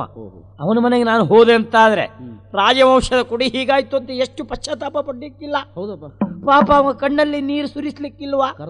ನನ್ನನ್ನು ನೋಡಿದ್ದೆ ಯಾವ ರೀತಿ ಆತಿಥ್ಯ ಮಾಡೋದು ಎನ್ನುವ ಕಲ್ಪನೆ ಮಾಡ್ಕೊಂಡ್ರೆ ಹೊಟ್ಟೆ ತುಂಬಿದ ಅನುಭವ ಆಗ್ತಾ ಉಂಟು. ಹಸಿವಿನಿಂದ ಸಾಯ್ತಾ ಇದ್ದೇನೆ, 3 ದಿವಸ ಆಯ್ತು. ನೇರ ರಂಗಜ್ಜ ಮನೆ ಹೋಗ್ತೇನೆ ನೋಡುವ. ಕಾಣುದಲ ರಂಗಜ್ಜ, ಕಾಣುದಲ ರಂಗಜ್ಜ ತಾನಂದು ಕರೆ ತಂದು ಗುಳ್ಳಿರಿಸಿ ಉಪಚರಿಸಿ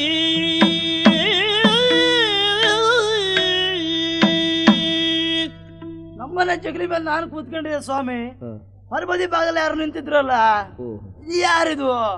ನೋಡು ನೋಡು ನೋಡು ನೋಡು. ಓಹೋ ಸ್ವಾಮಿ ನಮಸ್ಕಾರ. ಒಳ್ಳೇದಾಗ್ಲಿ. ಅಲ್ಲ, ನಿಮ್ ಪರಿಚಯ ನನಗಿಲ್ಲ, ಹಾಗಾಗಿ ಕೇಳಿದೆ ಅಷ್ಟೇ. ತೊಂದ್ರೆ ಇಲ್ಲ. ಹೌದು. ಅಲ್ಲ, ನೀವು ಹೊರಗಡೆ ನಿಂತದ್ಯಾಕೆ? ಒಳಗ್ ಬನ್ನಿ, ಕೂತ್ಕೊಳ್ಳಿ ಕೂತ್ಕೊಳ್ಳಿ. ಈಗ ಬನ್ನಿ.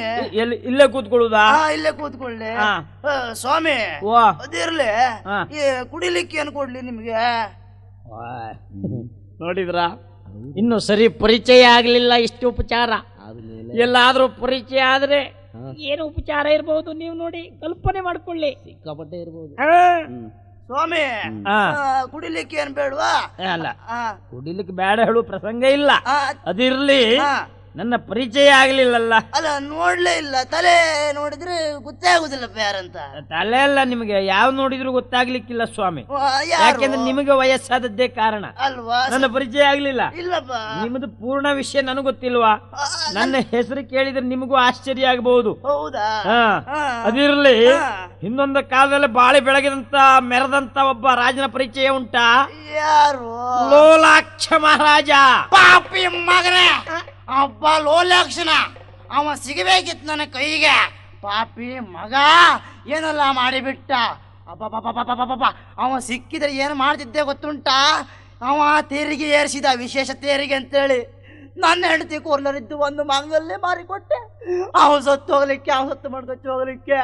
ಅವನು ಸಿಕ್ಕಿದ್ರೆ ತಲೆ ಒಡೆದಾಗ್ತಿದ್ದೆ. ಓಯ್ ರಂಗಜ್ಜ, ಓಯ್ ರಂಗಜ್ಜ, ಓಯ್, ಯಾರ ಹತ್ರ ಮಾತಾಡ್ತಾ ಇದ್ದೆ? ಅಲ್ಲ, ಇಲ್ಲವ್ರು ಬಂದ್ರಲ್ಲ, ಅವ್ರ ಹತ್ರ ಹೇಳ್ತಾ ಇದ್ದೆ. ಏನ್ ಹೇಳ್ತಾ ಇದ್ದೆ? ನಾನು ಲೋಲಾಕ್ಷನ್ ಬಗ್ಗೆ. ಏನ್ ಬೈತಾ ಇದ್ದೆ? ಹೌದು, ಬೈತಾ ಇದ್ದೆ. ಅವನು ಸಿಕ್ಕಿದ್ರೆ ತಲೆ ಹೊಡೆದಾಗ್ತಿ ಅಂತ ಹೇಳ್ತಿದ್ದೆ. ಅವ್ನು ಬಂದವನೇ ಲೋಲಾಕ್ಷ. ಹೌದಾ? ಏ ಪಾಪಿ ಮಗಳ ಓಡ್ತಾ ಇದ್ದೆ, ಬಿಡುದಿಲ್ಲ ಬಿಡುದಿಲ್ಲ ಬಿಡುದಿಲ್ಲ. ಏನು ಲೋಲಾಕ್ಷ ಭೂಪತಿಗಳು? ಮಾತಾಡ್ಬೇಡಿ, ಕೂಗಬೇಡಿ, ಮುದುಕ ಮತ್ತೆ ಬಂದ್ರೆ ಕಷ್ಟ. ರಂಗಜ್ಜನ ಆತಿಥ್ಯ ಆಗುಂಟು. ಅಯ್ಯೋ ಮಾತಾಡ್ಬೇಡಿ. ಮತ್ತೆ ನಾನಿಲ್ಲಿ ಅವಿತು ಕೂತಿದ್ದೇನೆ ಅಂತ ಅವನಿಗೆ ಗೊತ್ತಿಲ್ಲ, ಮುಂದೆ ಓಡೋದ. ಸ್ವಾಮಿ, ಗ್ರಾಚಾರ ಕೆಟ್ರಿ ಏನೆಲ್ಲ ಆಗ್ತದೆ ಅಂತ ಹೇಳಲಿಕ್ಕಿಲ್ಲ ನೋಡಿ. ನಮ್ಮ ಅವಸ್ಥೆ ನೋಡಿದ್ರ ನಾನೆಲ್ಲಾದ್ರೂ ಬಾಯಿ ತಪ್ಪಿ ಹೇಳಿದ್ದೇನು? ಲೋಲಾಕ್ಷ ಮಹಾರಾಜ ಅಂತಷ್ಟಕ್ಕೆ ನಿಲ್ಸದ್ದು ನಮಗೆ ಯೋಗ ಉಂಟು. ಮುಂದೆ ಹೇಳ್ಬೇಕಿತ್ತು. ಹೇಳಿದ್ರೆ ವ್ಯವಸ್ಥೆ ಸರಿ ಆಗ್ತಿತ್ತು. ನಾನೇ ಅಂತ ಬಂದಿದ್ರೆ ಇದ್ರೆ ಮುದುಕನ ಕೈಲಿರುವ ದೊಣ್ಣೆ ಕೆಲಸ ಮಾಡ್ತಿತ್ತು. ಏನು ಮೊದಲೇ ತಲೆ ನೋಡಿದ್ರ ಹಾ. ಈ ರೀತಿ ಬೋಳಿಸಿದ್ದಾರೆ ಪಾಪಿ. ಆಹಾ. ನೋಡಿದ್ರೆ ರಾಷ್ಟ್ರೀಯ ಹೆದ್ದಾರಿ ಕಂಡ ಕಾಣ್ತದೆ, ಹೌದಾ? ಹೌದು. ಇದೇ ತಲೆ ಮೇಲೆ ಲಟಾಲ್ ಅಂತಂದು ಬಡ್ದದ್ದಿದ್ರೆ ಹಾ. ಇದು ರಾಷ್ಟ್ರೀಯ ಹೆದ್ದಾರಿಯಲ್ಲಿ ನಾಯಿ ಸತ್ತಾಗ್ತಾ ಇರ್ಲಿಲ್ವಾ? ತಲೆ ಒಡೆದು ಚೂರಾಗ್ತಾ ಇರ್ಲಿಲ್ವಾ? ಅಯ್ಯೋ. ಇವಾಗ ಒಳ್ಳೇದುಂಟೇನೋ ತಪ್ಪಿಸ್ಕೊಂಡೆ. ಇಲ್ಲ ಪರಿಸ್ಥಿತಿ ಯಾವುದೇ ಕಾರಣಕ್ಕೂ ನಾನೊಬ್ಬ ಮಹಾರಾಜ ಅಂತ ಹೇಳ್ಕೊಳ್ಲಿಕ್ಕಿಲ್ಲ, ನನ್ನ ಹೆಸರು ಹೇಳಲಿಕ್ಕಿಲ್ಲ. ಹೇಳ್ಕೊಂಡೆ ಅಂತಾದ್ರೆ ನನಗೆ ಇದೇ ಕಾದಿದೆ ಅನ್ನೋದು ಅನುಮಾನ ಇಲ್ಲ. ಹೌದು. ಇದೆಲ್ಲ ಪಾಪಿಯ ತಂತ್ರ, ತೆರಿಗೆ ಏರಿಸಿದ್ದು. ಹಾ. ಇನ್ನು ಮುಂದೆ ನಾನು ಹೊಟ್ಟೆ ತುಂಬಿಕೊಂಡು ಬದುಕಬೇಕಲ್ಲ ಇದ್ದಷ್ಟು ದಿವಸ. ಹೌದು. ಏನು ಮಾಡೋಣ? ಬೇಡುವುದು ಬಿಟ್ಟರೆ ನನ್ನ ಹಣೆ ಬರಕ್ಕೆ ಬೇರೆ ದಾರಿ ಇಲ್ಲ. ಮಹಾರಾಜ್ರೆ, ಅರಸುವಂತನದಲ್ಲಿ ಹುಟ್ಟಿದ ನಾನು ನೋಡಿಗ ತನ್ನಕ್ಕೆ ಅರಸುವ ರೀತಿ ಆಗೋಯ್ತಲ್ಲ. ಹಾಗೆ ಹೇಳ್ಬೇಡಿ ಮಹಾರಾಜ್ರೆ. ಹೇಳ್ಬೇಡಿ ಅಂದ್ರೆ ನೀವೇನು ಒಂದು ಹಣೆ ಕೊಡುವವರಲ್ಲ. ಸುಮ್ಮನಿರಿ. ಒಂದು ಮಾತು ಕೇಳಿ. ಏನು? ಈಗ ನಿಮ್ಮ ರಾಜ್ಯದಲ್ಲಿ ಒಂದು ಸುದ್ದಿ ಉಂಟು, ಗೊತ್ತುಂಟಾ? ಏನು ಸುದ್ದಿ ಅಲ್ಲ, ಸತ್ಯ ಸಂಗತಿ. ಹೌದದು. ಎಂತದ್ದು? ನಿಮ್ಮನ್ನ ಇಷ್ಟಕ್ಕೆ ಮಾಡಿದನಲ್ಲ ಆ ರುದ್ರಸಿಂಹ, ಅವನ ಸೆರೆಯಾಗಿದೆ. ಅವನನ್ನು ಸೆರೆಯಲ್ಲಿಟ್ಟಿದ್ದಾರೆ. ಈಗ ಪ್ರಸ್ತುತ ರಾಜ್ಯದಲ್ಲಿ ವಿಸ್ತಾರದಲ್ಲಿ ನಿಮ್ಮ ತಮ್ಮ ಏರು ಕೂತಿದ್ದಾನೆ. ದೊಡ್ಡ ನಮಸ್ಕಾರ. ಯಾಕೆ ಯಾಕೆ ಯಾರನ್ನ ನಂಬಾದ್ರೂ ನಂಬೋದು, ನಿಮ್ಮಂತ ವಿಶ್ವಾಸಘಾತಕರನ್ನ ನಾನು ನಂಬುವುದಿಲ್ಲ. ಯಾಕೆ ಹೇಳಿ? ಅಲ್ಲಿಂದ ಇಲ್ಲಿಗೂ ನನಗೆ ನೀವು ಮಾಡಿದ್ದಷ್ಟೇ ನೋಡಿ. ಯಾಕೆ? ನಿಮ್ಮ ಮಾತು ಕೇಳ್ಕೊಂಡು ನಾನು ಅಲ್ಲಿ ಹೋದ್ರೆ ಹಿಂದಿದ್ದ 3 ಕೂದಲು ಮತ್ತೆ ತೆಗೆದು ಬಿಡ್ಲಿ ಅಂತಲಾ? ಯಾಕೆ ಹೇಳಿ? ಸುಳ್ಳಲ್ಲ, ದೇವರಾಣೆ ಸುಳ್ಳು. ನಾನು ಎಂತದ್ದು? ದೇವರಾಣೆ ಸುಳ್ಳಲ್ಲ. ಆಯ್ತು, ಆ ದೇವರಿಗೂ ಗ್ರಾಚಾರ ಬಂದಿದೆ. ಯಾಕೆ? ಇದು ಯಾವ ದೇವ್ರ ಸುದ್ದಿ ಹೇಳಿದ್ರಿ? ಆಣೆ ಕೊಟ್ರಿ ನೀವು? ವೆಂಕಟರಮಣ ಸ್ವಾಮಿ. ನಿಜವಾಗಿ ನ್ಯಾಯವಾದ ದೇವರು ನೋಡಿ. ನಿಮಗೆ ಅವನಿಗೆ ಬಹಳ ಹೊಂದಾಣಿಕೆ ಉಂಟು, ಬೇರೆ ಯಾವ ದೇವರು ಸಿಗಲಿಲ್ಲ. ಯಾಕೆ? ವೆಂಕಟರಮಣ 3 ನಾಮದವನ್ನೇ ನಿಮ್ಮ ದೇವರಾಗಬೇಕಾ? ಇಲ್ಲ ಇಲ್ಲ ಇಲ್ಲ. ಅದನ್ನ ನಮ್ಮ ಮಾತು ನಂಬ ಹೋಗಬಹುದಾ? ನಾನು 100ಕ್ಕೆ 100 ಹೌದು. ಈ ಬಾರಿ ಒಂದು ಸತ್ಯ ಹೇಳಿದಿರಾ? ಸತ್ಯ ಅಂದ್ರೆ ಸತ್ಯ. ನೋಡ್ತೇನೆ. ಎಲ್ಲಾದ್ರೂ ಸುಳ್ಳಾಯ್ತು ಅಂತ ಆದ್ರೆ ಮುಂದೆ ಏನಾಗ್ತದೆ ಅಂತ ನಾನು ಹೇಳಲಿಕ್ಕಿಲ್ಲ. ಬೇಡ ಬೇಡ. ಅಲ್ಲ, ನಾ ಹೇಳುವುದು ಇಲ್ಲ. ನೋಡೋ ಹೋಗ್ತೇನೆ.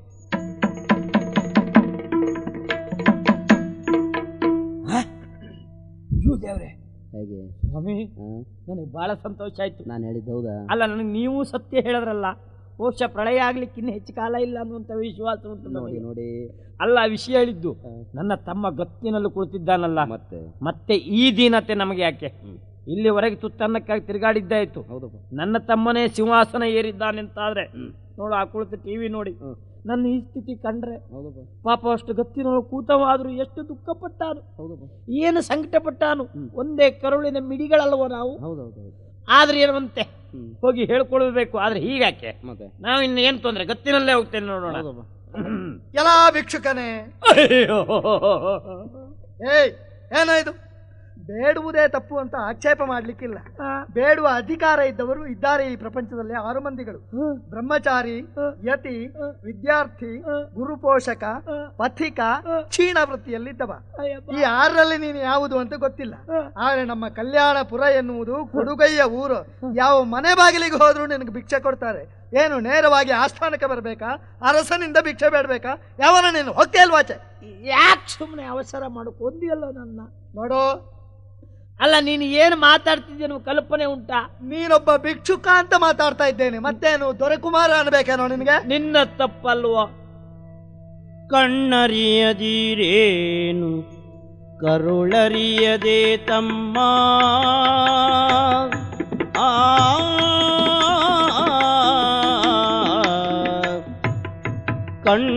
ಕಣ್ಣರಿಯದಿರೇನು ಕರುಳರಿಯದೆ ತಮ್ಮ ನಿನ್ನ ಗ್ರಜನ ಬವಣೆ ನೋಡು ತಮ್ಮ, ನಿನ್ನ ಗ್ರಜನ ಬವಣೆ ನೋಡು. ಬಣ್ಣನೆ ಮಾತಾಡಿ ನುಣ್ಣಗೆ, ಬಣ್ಣನೆ ಮಾತಾಡಿ ನುಣ್ಣಗೆ ಬೋಳಿಸಿ, ಬಣ್ಣನೆ ಮಾತಾಡಿ ಎನ್ನ ವಂಚಿಸಿ ಮತ್ತೆ ಹೊನ್ನ ಶೂಲದೋಳಿರಿದನು ಧೂರ್ತನು ತಾನು ಇಂತು ದುರ್ಮದನಾದನು.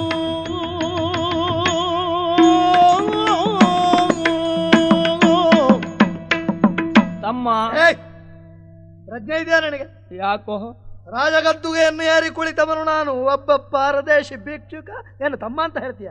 ಕಡೆ ಪಕ್ಷ ಬೇಡುವುದಕ್ಕೊಂದು ನೀತಿ ನಿಯಮ ಅಂತಾದ್ರೂ ಉಂಟು. ಏನೋ ಅಪ್ಪ, ಅಣ್ಣ, ಕಡೆಗೆ ಅಯ್ಯ ಅಂತಾದ್ರೂ ಹೇಳ್ಬೇಕು. ಗೊತ್ತಾ ನಿನಗೆ? ದಯವಿಟ್ಟು ಇಂಥ ಮಾತಾಡಿ ನಾನು ಕೊಲ್ಲಬೇಡುವ. ಮತ್ತೆ ಎಂತದ್ದು ಹೇಳ್ಬೇಕು? ನಾನು ಹೇಳುವವರೆಗಾದ್ರೂ ಕೇಳುವಂತ ಒಂದು ಸೈರಣೆಯನ್ನು ತಕ್ಕೊಳ್ಳೋ. ಆಯ್ತು, ಪ್ರಾರಬ್ಧ. ಭಿಕ್ಷುಕ ಆಡುವ ಮಾತನ್ನು ಕೇಳುವ ತಾಳ್ಮೆ ವಹಿಸ್ಕೊಳ್ಬೇಕು. ಮತ್ತು ಭಿಕ್ಷುಕ ಅಂತ ನಿನಗೆ ನೀನೇ ಅವಮಾನ ಮಾಡಬೇಡುವ. ವಿಷಯ ಗೊತ್ತಿಲ್ಲದೆ ಮಾತಾಡ್ತಾ ಇದ್ದೀಯಲ್ಲೋ. ಏನ್ ಹೇಳ್ಬೇಕಂತ ಇದ್ದು ಹೇಳು. ಏನು ಮಾಡೋಣ ಹೇಳು. ನನ್ನ ಪ್ರಾರಬ್ಧ ನಿನ್ನೊಂದು ದೂರಿ ಪ್ರಯೋಜನ ಇಲ್ಲ. ನಿನಗೆಲ್ಲ ಜನ್ಮ ಕೊಟ್ಟ ನನ್ನ ತಂದೆ ತಾಯಿ ಇದ್ದಿದ್ರು ಕೂಡ ಅವರಿಗೂ ನನ್ನ ಪರಿಚಯ ಸಿಗ್ತಾ ಇರಲಿಲ್ಲ. ಅದಕ್ಕೆ ನಾನು ಹೊಣೆ ಆಗುವುದಿಲ್ಲ. ಅಲ್ಲ, ನೀನು ಹೊಣೆ ಆಗ್ತೀಯ. ನಿನಗೆ ವಿಷಯ ಗೊತ್ತಿಲ್ಲ ಅಷ್ಟೇ. ಯಾಕೆಂದ್ರೆ ನನ್ನ ಸ್ಥಿತಿ ಹಾಗಾಗಿದೆ ಈಗ. ಹಾಗಿದ್ರೆ ಈ ರೂಪ, ಈ ಅವಸ್ಥೆ ಹೆಚ್ಚೇನು ಭಿಕ್ಷುಕರಲ್ಲಿದ್ದಷ್ಟು ನನ್ನಲ್ಲಿಲ್ಲ.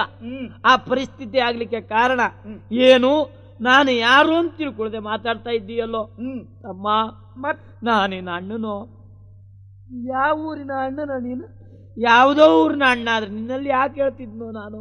ನೋಡೋ, ಈಗ ಮಾತಾಡ್ತಾ ಇದ್ರೆ ಆಳುಗಳಿಗೆ ಆಜ್ಞೆ ಮಾಡ್ಬೇಕಾದೀತು. ಯಾವ್ದು ಬೀಸಾಡ್ತಾರೆ. ನನ್ನಪ್ಪನೇ ನಿನ್ನಮ್ಮನ ಗಂಡನೋ? ಪೂರ್ತಿ ಹುಚ್ಚನೋ ಹೌದಾ ಅಂತ? ಇಲ್ಲ, ಖಂಡಿತ ನಾನು ಸುಳ್ಳು ಹೇಳುವುದಿಲ್ಲ. ಯಾಕೆ ಅಂತ ಕೇಳೋ. ನಾನು ನಿನಗಿಂತಲೂ ಹಿರಿಯ, ನೀ ನನಗಿಂತಲೂ ಕಿರಿಯ. ಸರಿ, ನೆನಪು ಮಾಡ್ಕೋ. ಬಾಲ್ಯದಲ್ಲಿ ನಾನು ನೀನು ಮರವನ್ನು ಏರಿ ಮರಕೋತಿ ಆಟ ಆಡ್ತಾ ಇರುವ ಸಂದರ್ಭದಲ್ಲಿ ನಾನು ಮೇಲೆ ಏರಿ ಕೆಳಗೆ ಬಿದ್ದು ಸೊಂಟಕ್ಕೆ ಪೆಟ್ಟೆ ಮಾಡಿಕೊಂಡು ಅಮ್ಮನಲ್ಲಿ ಹೇಳಿ ಮತ್ತೆ ನೀನು ಹೊಡಿಸಿದ್ ನೆನಪುಂಟೇನೋ? ನಾನು ನಿನ್ನ ಅಣ್ಣ ಲೋಲಾಕ್ಷನೋ? ನನ್ನ ಲೋಲಾಕ್ಷ? ಹೌದು ಅಣ್ಣ. ಅಣ್ಣ ತಲೆಯ ಜನಪದ ಗೆನಗಿ ಅಕ್ಷಯ ಏನಿದಗ್ರಜನೆ ಈ ಜರನಾದುದು ಸರ್ವ ವಿಸ್ತರವ ಬೇಳೆನುತ ಸಂತೈಸಿ. ಅಣ್ಣ, ತಮ್ಮ ಕ್ಷಮಿಸಣ್ಣ. ಯಾಕೋ? ಅಯ್ಯ, ನಾನೇ ಕಾಲಿಡಿದ್ದೇನೋ? ಅಣ್ಣ, ದಯವಿಟ್ಟು ಅಂತಹ ಮಾತನಾಡಬೇಡ ಅಣ್ಣ. ದೇಶಭ್ರಷ್ಟತೆ ಇದೆಲ್ಲ ರುದ್ರಸಿಂಹನಿಂದ. ಅವನನ್ನು ದೂರಿ ಪ್ರಯೋಜನ ಇಲ್ಲ ಅಣ್ಣ. ಯಾಕೆ ಕೇಳಿದ್ರೆ ಅವ ನಮಗೆ ಶತ್ರು. ಅವ ನಮಗೆ ಒಳ್ಳೆಯದನ್ನು ಯಾವತ್ತೂ ಮಾಡುವುದಿಲ್ಲ. ನನಗೀಗ ಹಾಗೆ ಆಗಿ ಕಾಣುವುದು ಯಾರು ಗೊತ್ತಾ? ಯಾರ ಮೇಲೋ? ಅವ ಪಾಪಿ ಮಗ, ನಿನ್ನ ಅನ್ನವನ್ನು ಉಂಡ ಆ ಭಂಡಾರಿ. ನೋಡು, ನಮ್ಮ ದೊರೆ ಅಂತ ಗೊತ್ತಿಲ್ಲದೆ ನಿನ್ನ ತಲೆ ಹೀಗೆ ಬೋಳಿಸ್ನಲ್ಲ, ಸಿಗಬೇಕು. ಆ ಭಂಡಾರಿಗೆ ಬೈಬೇಡುವೋ? ಅವ ನಿರಪರಾಧಿ ಪಾಪ. ಪಾಪಿ ಮಗ. ಅವ ಯಾವತ್ತು ಅಂತದ್ದು ಮಾಡುವವನಲ್ವೋ? ಅವನಿಗೆ ಪಾಪ ಪುಣ್ಯ ಇತ್ತು. ಅವ ಅನುಮಾನ ಮಾಡ್ತಾ ಇರ್ಬೇಕಾದ್ರೆ ಅಷ್ಟೊತ್ತಿಗೆ ಒಂದು ಆಚಾರ್ಯ ಬಾರ ಬಂದನು. ಬಿಡಬೇಡ, ನನಗೂ ಕೊಡುವುದು ಹಾಗೆ ಉಂಟು, ಬೋಳಿಸು ಅಂತ ಹೇಳ್ದ. ಆ ಪಾಪಿ ಮಗ ಆಚಾರ್ಯಿಂದ ಇಷ್ಟ ಆಯ್ತು. ತಮ್ಮ, ಅಣ್ಣ, ನಿನಗಾಗದೆ ಹೋದವನ ಬಗ್ಗೆ ನೀನು ಸೇಡ್ ತೀರ್ಸ್ಕೋ. ನಾನು ಅವನನ್ನು ಹುಡುಕ್ತೇನೆ. ಅದಲ್ಲ ಅಣ್ಣ, ಏನೇ ಇದ್ದರೂ ನಡೆದದ್ದನ್ನ ಮರೆತು ಬಿಡೋಣ. ಈಗ ಈ ಗದ್ದುಗೆ ನಿನಗಾಗಿ ಕಾಯ್ತಾ ಇದೆ. ಬಣ್ಣ ಕೂತ್ಕೋ. ನನ್ನ ಆಜನ್ಮ ಶತ್ರುವೇ ಗದ್ದುಗೆ. ಅದು ಏರಿಯೇ ನನ್ನ ಪರಿಸ್ಥಿತಿ ಇಷ್ಟು ಬಂತು. ತನ್ನಕ್ಕಾಗಿ ಬೇಡುವ ಪರಿಸ್ಥಿತಿ ಬಂತು. ಯಾವುದೇ ಕಾರಣಕ್ಕೂ ನನ್ನದು ಏರ್ಲಿಕ್ಕಿಲ್ಲ. ನನಗೆ ಹಸಿವೆ ಆಗಿದೆ. ಏನಾದರೂ ಮುಂದಿನ ವ್ಯವಸ್ಥೆ ಮಾಡು. ನೀನು ಬೇಡ ಅಂದ್ರು ನನಗೆ ಬಿಡ್ಲಿಕ್ಕೆ ಉಪಾಯ ಇಲ್ಲ. ನಮ್ಮ ತಂದೆ ಕಟ್ಟಿ ಬಾಳಿದಂತಹ ರಾಜ್ಯ ಇದು ಅಣ್ಣ. ಆಗಲೇ ಹೋಗು, ಊಟ ಮಾಡು. ಮುಂದೇನು ಅಂತ ನಾನು ಯೋಚಿಸ್ತೇನೆ. ನನ್ನ ಅಣ್ಣನ ಬುದ್ಧಿ ಪರಿವರ್ತನೆ ಆಗಬೇಕು. ನಮ್ಮ ದೇಗುಲದ ಅರ್ಚಕರು ಶಂಕರ ಭಟ್ರು, ಅವರಲ್ಲಿ ಹೋಗಿ ಇವನ ಜಾತಕವನ್ನು ತೋರಿಸ್ತೇನೆ. ಜೊತೆಗೆ ಇವನನ್ನು ಅಲ್ಲಿಯೇ ಬಿಡುತ್ತೇನೆ. ಮುಂದೊಂದು ದಿನ ಅಧಿಕಾರ ನನ್ನದ್ದೆಂದು ಅವನಿಗೆ ಅನ್ನಿಸಿದರೆ ಈ ಅಧಿಕಾರವನ್ನು ಅವನಿಗೆ ಒಪ್ಪಿಸಿಬಿಡ್ತೇನೆ. ಇಂದು ಕೆಲ ಕಾಲ ಕಳೆಯುತ್ತೀರೆ ಭೂಸುರಸುದೆಯು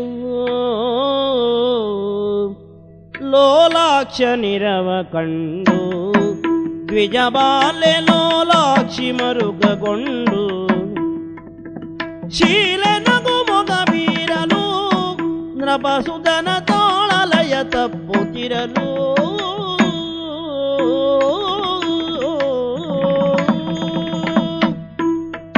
ಮಹಾರಾಜರೇ, ವಂದಿಸಿಕೊಂಡೆ. ನಿಮ್ಮನ್ನೇ ಕಾಣುವ ಸಲುವಾಗಿ ನಾನೀಗ ಬಂದೆ. ಯಾಕೆಂದ್ರೆ ಅಪ್ಪಯ್ಯ ಈಗ ಮನೆಯಲ್ಲಿಲ್ಲ, ದೇವಸ್ಥಾನಕ್ಕೆ ಹೋಗಿದ್ರು ಪೂಜೆಗಂತ. ಬರುವುದು ಎಷ್ಟೊತ್ತಾಗ್ತದೋ ಏನು ನೋಡಿ. ಅಪ್ಪಯ್ಯ ಇಲ್ಲ ಎಂಬ ಕಾರಣಕ್ಕೆ ನೀವೇನು ದಾಕ್ಷಿಣ್ಯ ಮಾಡಿಕೊಳ್ಬೇಕಾದ್ದೇನಿಲ್ಲ. ಬಂದು ಕೆಲವು ದಿನ ಆಯಿತು. ಈ ಮನೆ ನಿಮ್ಮದ್ದೇ ಅಂತ ತಿಳ್ಕೊಳ್ಳಿ. ಹೆಚ್ಚೇನು ನನ್ನನ್ನು ಅನ್ಯಳುವಂತ ಭಾವಿಸಿಕೊಳ್ಬೇಡಿ. ನಿಮಗೇನು ಬೇಕೋ ಅದನ್ನು ನನ್ನಲ್ಲಿ ಕೇಳಿ, ನಾನು ಒದಗಿಸಿಕೊಡ್ತೇನಂತೆ. ನೋಡಿ, ಯಾಕೆ ನಿಂತ್ಕೊಂಡಿದ್ದೀರಾ? ಕೂತ್ಕೊಳ್ಳಿ. ನೋಡಿದ್ರ, ನನಗೆ ಕೆಲವು ದಿವಸ ಆಗಿತ್ತು. ಹೌದಾ, ಇಂಥದ್ದೊಂದು ಅವಕಾಶ ಆಗಿರಲಿಲ್ಲ. ಆ ವನವಿಹಾರ ಎಲ್ಲ ನಾನು ಬಿಟ್ಟವ ಅಲ್ವಾ. ಅದರಲ್ಲೂ ಈ ನನ್ನ ತಲೆ ಇಷ್ಟ ಆದದ್ದಕ್ಕೆ ಒಂದು ರೀತಿ ಸ್ಮಶಾನ ವೈರಾಗ್ಯ ನನಗೆ ಬಂದಿತ್ತು ನೋಡಿ. ಯಾವುದೇ ಕಾರಣಕ್ಕೂ ಬೇಡ ಅಂತಿದ್ದೆ, ನನ್ನ ಮೇಲೆ ನನ್ನದೇ ತಪ್ಪು ಕಲ್ಪನೆ ಆಯ್ತು ನೋಡಿ. ತಲೆ ಹೀಗಾದ್ರೂ ನಾ ಚಂದವೇ ಅಲ್ವಾ? ಇಲ್ಲೇ ಹೋದ್ರೆ ನನ್ನ ನೋಡಿ ನಗಾಡ್ತಾ ಇದ್ಲ ಅವಳು. ಯಾರ ಒಣಪು ನೋಡಿದ್ರೆ ಅದು ನನ್ನ ಮೇಲೆ ಮನಸ್ಸಾಗಿದೆ ಅನ್ನೋದಕ್ಕೆ ಅನುಮಾನವೇ ಇಲ್ಲ. ನೇರ ಹೇಳ್ಕೊಳ್ಳಿಕ್ಕಾಗದೆ ಚಡಪಡಿಸ್ತಾ ಇದ್ದಾಳೆ. ಆದ್ರಿಂದ ಹೇಗುತ್ತಾಗ್ತು ನೋಡಿ. ಆಗಿದ್ದೆಲ್ಲ ಬಿಡುದೆಂತದ್ದು, ಒಂದ ಕೈ ನೋಡೇ ಬಿಡುತ್ತೆ. ರಂಬೆ ನೀನಲ್ಲ ಪ್ರತಿಬೊಂಬೆ, ರಂಭೆ ನೀನಲ್ಲ ಪ್ರತಿಬೊಂಬೆ, ಪ್ರತಿಬೊಂಬೆ ಸೌಭಾಗ್ಯವನಾನೇನೆಂಬೆ, ಅಂಬಾರಿಯನೇರಿಸಿ ಅಂಬಾರಿಯನು ನಾನೇರಿಸಿ ನಂಬೆ, ತುಂಬು ಜೌವನದಿ ಸ್ಮರನಂಬಿನ ಉರಿ ಸಹಿಸೆನು ಬಾರೇ. ರಂಭೆ ನೀನಲ್ಲ ಪ್ರತಿಬೊಂಬೆ, ರಂಭೆ. ಸ್ವಾಮಿ ಲೋಲಾಕ್ಷಿ, ಓ ನಿನ್ನನ್ನು ನೋಡ್ತಾ ಇದ್ದಾಗೆ ನನ್ನನ್ನೇ ನಾನು ಮರೀತಾ ಇದ್ದೇನೆ. ಯಾಕೆ? ರಂಬೆ ಅಲ್ಲ, ಪ್ರತಿ ಬೊಂಬೆ ನೀನು. ಹೆಚ್ಚೇನು ಗಜಲಿಂಬೆ. ನಿನ್ನ ಮೈ ಬಣ್ಣ ನೋಡ್ತಾ ಇರುವಾಗ ನನ್ನ ಕಣ್ಣು ಈಗ ಕುರುಡಾಗ್ತದೋ ಎನ್ನುವಂತೆ ಭಾಸವಾಗ್ತಾ ಉಂಟು ನನಗೆ. ಅದೇನು? ನೋಡ್ಲಿಕ್ಕೆ ಆಗುದಿಲ್ವೇ? ಅಷ್ಟು ಚಂದ ನೋಡು. ನಿನ್ನನ್ನು ನೋಡ್ತಾ ಇರುವಾಗ ನನಗೆ ಏನೆಲ್ಲ ಕಲ್ಪನೆ ಬರ್ತು. ನನ್ನ ಜೀವನದಲ್ಲಿ ಎಂತ ಸುಟ್ಟ ರೂಪದವ್ರ ಒಟ್ಟಿಗೆಲ್ಲ ಹೋಗಿ ವನವಿಹಾರ ಮಾಡ್ಬಿಟ್ನೆ. ಅದೇ ಚಂದ ಅಂತ ತಿಳ್ಕೊಂಡೆ. ಚಂದ ಮತ್ತೊಂದುಂಟು ಅಂತ ನಿನ್ನ ನೋಡಿದಾಗ್ಲೇ ನನಗೆ ಗೊತ್ತಾದದ್ದು. ಹೌದು, ನೀವು ಸುಮ್ಮನೆ ಉಪದ್ರ ಮಾಡಬೇಡಿ. ಹೌದೇನೆ ಇದೆ ಮತ್ತೇನಲ್ಲ, ನನ್ನ ಮೇಲೆ ನಿನಗೆ ಮನಸ್ಸುಂಟು ಹೇಳುವುದನ್ನು ನಾನು ಅರ್ಥ ಮಾಡಿಕೊಂಡಿದ್ದೇನೆ. ಸುಮ್ಮನೆ ಸಮಯ ಹಾಳು ಮಾಡಬೇಡ. ನಿಮ್ಮ ಅಪ್ಪಯ್ಯ ಮುದುಕ ಬಂದ್ರೆ ಗಂಡಾಂತರ, ಬೇಗ ಬಾ. ಇದೇ ನಮ್ಮ ಪಾಲಿಗೆ ಸ್ವರ್ಗ ಆಗ್ತದೆ. ನಿನ್ನ ತನು ಸುಖ ಹೊಂದಬೇಕು ಅಂತ ನಾನು ಬಯಸಿದ್ದೇನೆ. ಬಾರೇ. ಪ್ರಭು ಏನ್ ಹೇಳಿದ್ರಿ? ನಭಸುತನಾಡಿದ ನುಡಿಯನಾಲಿಸಿ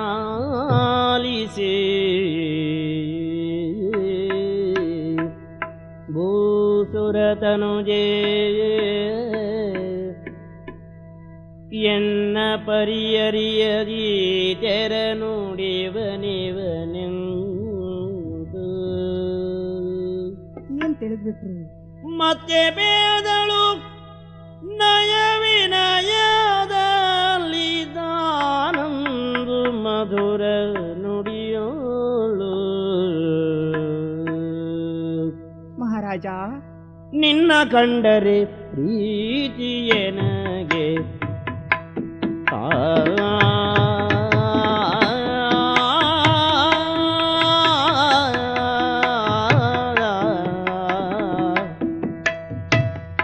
ನಿನ್ನ ಕಂಡರೆ ಪ್ರೀತಿಯನಗೆ ಆದರೆನ್ನಲಿ ಈ ಭಾವ ಏತಗೆ ನಿನಗೆ. ನಿನ್ನ ಕಂಡರೆ ಪ್ರೀತಿಯನಗೆ ಅಣ್ಣನಂದದೋಳಿರ್ಬೆ ನೀನು. ಅಣ್ಣ ಅಣ್ಣ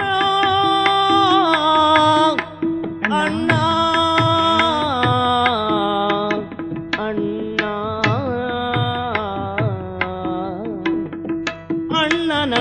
ಅಣ್ಣನಂದದೋಳಿರ್ಬೆ ನಿನ್ನು ಮುಗ್ಧ ಇನ್ನೇಗೆ ಅರಿಯೇಯ ಗುರುಪುತ್ರಿಯಳನು. ನಿನ್ನ ಕಂಡರೆ ಪ್ರೀತಿಯನಗೆ ಆದರೆನ್ನಲಿ ಈ ಭಾವ ಏತಕ್ಕೆ ನಿನಗೆ. ನಿನ್ನ ಕಂಡರೆ ಪ್ರೀತಿ ಎನಗೆ.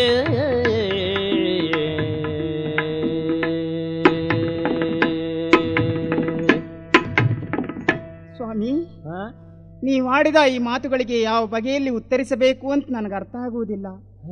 ಯಾಕೆ ಗೊತ್ತೇ? ಮಾತಿನಿಂದ ಉತ್ತರಿಸಬೇಡವೇ? ಅಲ್ಲ, ಆ ರೀತಿ ಹೇಳುವುದಕ್ಕೆ ಕಾರಣ ನಿಮ್ಮನ್ನು ಕಂಡ್ರೆ ನನಗಷ್ಟೊಂದು ಪ್ರೀತಿ.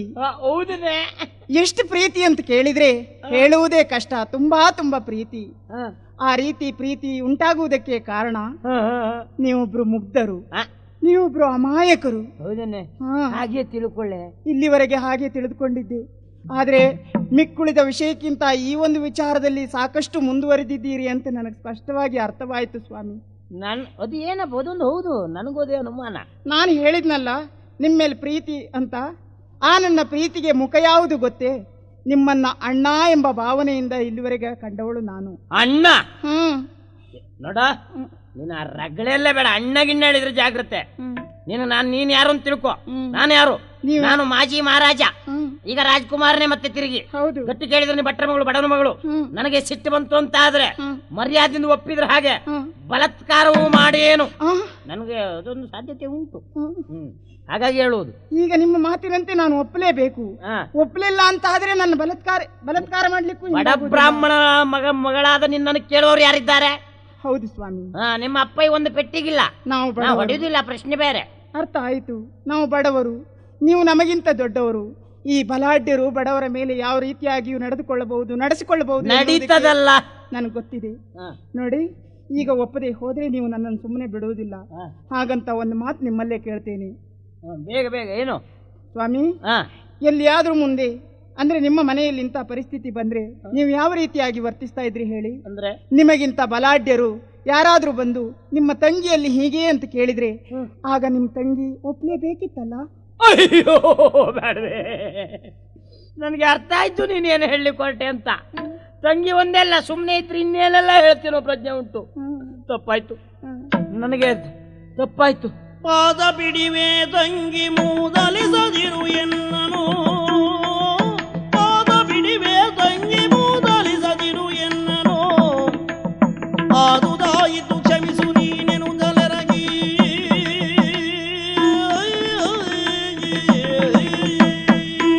ತಂಗಿ, ಇನ್ನೊಬ್ಬರ ಕಷ್ಟ ನಮಗೆ ಗೊತ್ತಾಗುವುದಿಲ್ಲ, ಅದೇ ಕಷ್ಟ ನಮಗೆ ಬಂದಾಗ ಏನು ಅಂತ ಅರ್ಥ ಆಗ್ತದೆ. ನನ್ನ ತಂಗಿ ಸುದ್ದಿ ನೀನು ಯಾವಾಗ ಹೇಳಿದೆಯೋ, ಇಲ್ಲದೆ ಹೋದ್ರು ಅದು ನನಗಾದ ನೋವು ಅಷ್ಟಿಷ್ಟಲ್ಲ. ಇನ್ನು ಮುಂದೆ ಯಾವುದೇ ಕಾರಣಕ್ಕೂ ನನ್ನ ಜೀವನದಲ್ಲಿ ಯಾವ ಹೆಣ್ಣನ್ನು ನಾನು ಬಯಸ್ಲಿಕ್ಕಿಲ್ಲ. ನೀ ನನ್ನ ತಂಗಿ ಅಂತಲೇ ಭಾವಿಸ್ಕೊಳ್ತೇನೆ. ಮೊದಲಿನ ಲೋಲಾಕ್ಷ ಖಂಡಿತ ಅಲ್ಲ, ಬದಲಾದ ಲೋಲಾಕ್ಷ. ಇನ್ನು ಮುಂದೆ ನೀ ನನಗೆ ತಂಗಿ, ನಾನು ನಿನಗೆ ಅಣ್ಣ. ನಾನು ಹೇಗಿರ್ತೇನೆ ಅನ್ನೋದು ನೀನೇ ನೋಡು. ಈಗ ನನಗೆ ಸಂತೋಷ ಆಯ್ತು ನೋಡಿ. ಈಗಲಾದ್ರೂ ನನ್ನ ಅಂತರಂಗದ ನೋವೇನೆನ್ನುವುದು ನಿಮ್ಮ ಮನ ಮುಟ್ಟಿತಲ್ಲ. ಇನ್ನು ನೀವು ತಿಳಿಯುವುದಕ್ಕೆ ಸಾಕಷ್ಟಿದೆ. ಬನ್ನಿ ಆ ಕಡೆ ಹೋಗೋಣ. ಆಯ್ತು, ಹೋಗೋಣ.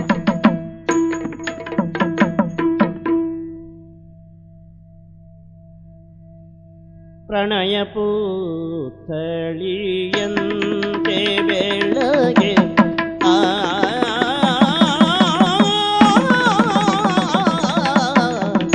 ಪ್ರಣಯ ಪೂತಳಿಯಂತೆ ಬೆಳಗುವೆ ಪ್ರಣಯ ಚಂದ್ರಿಕೆ ಯಾರೇ ಭಾವಗಿ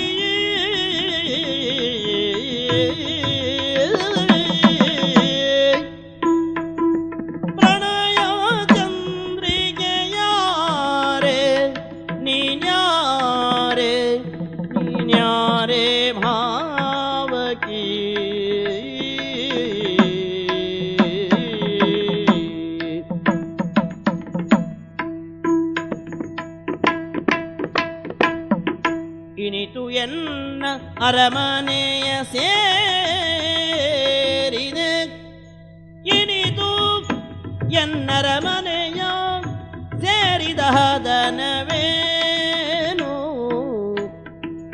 ಇನಿತು ಎನ್ನರಮನೆಯ ಸೇದೆ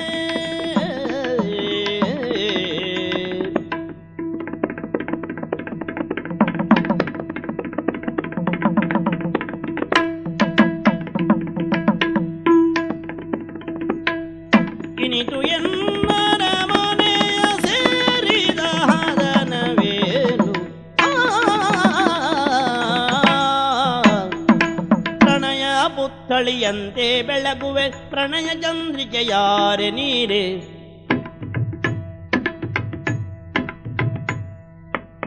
ಪ್ರಣಯ ಪುತ್ಥಳಿಯಂತೆ ಬೆಳಗುವೆ ಪ್ರಣಯ ಚಂದ್ರಿಕೆ ಯಾರೆ ನೀನ್ಯಾರೆ ನೀನ್ಯಾರೆ,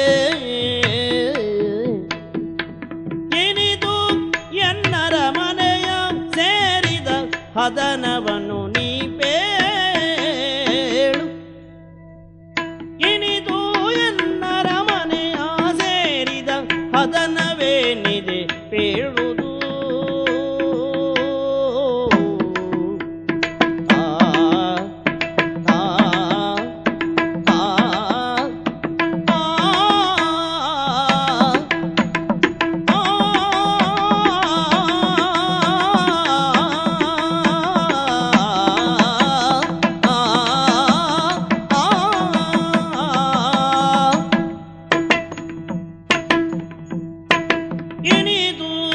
ಅರಮನೆಯ ಸೇದ ಹದನವೇನು ಇನಿತು ಎನ್ನರಮನೆಯ ಸೇದ ಹದನವೇನು ಬೇಳು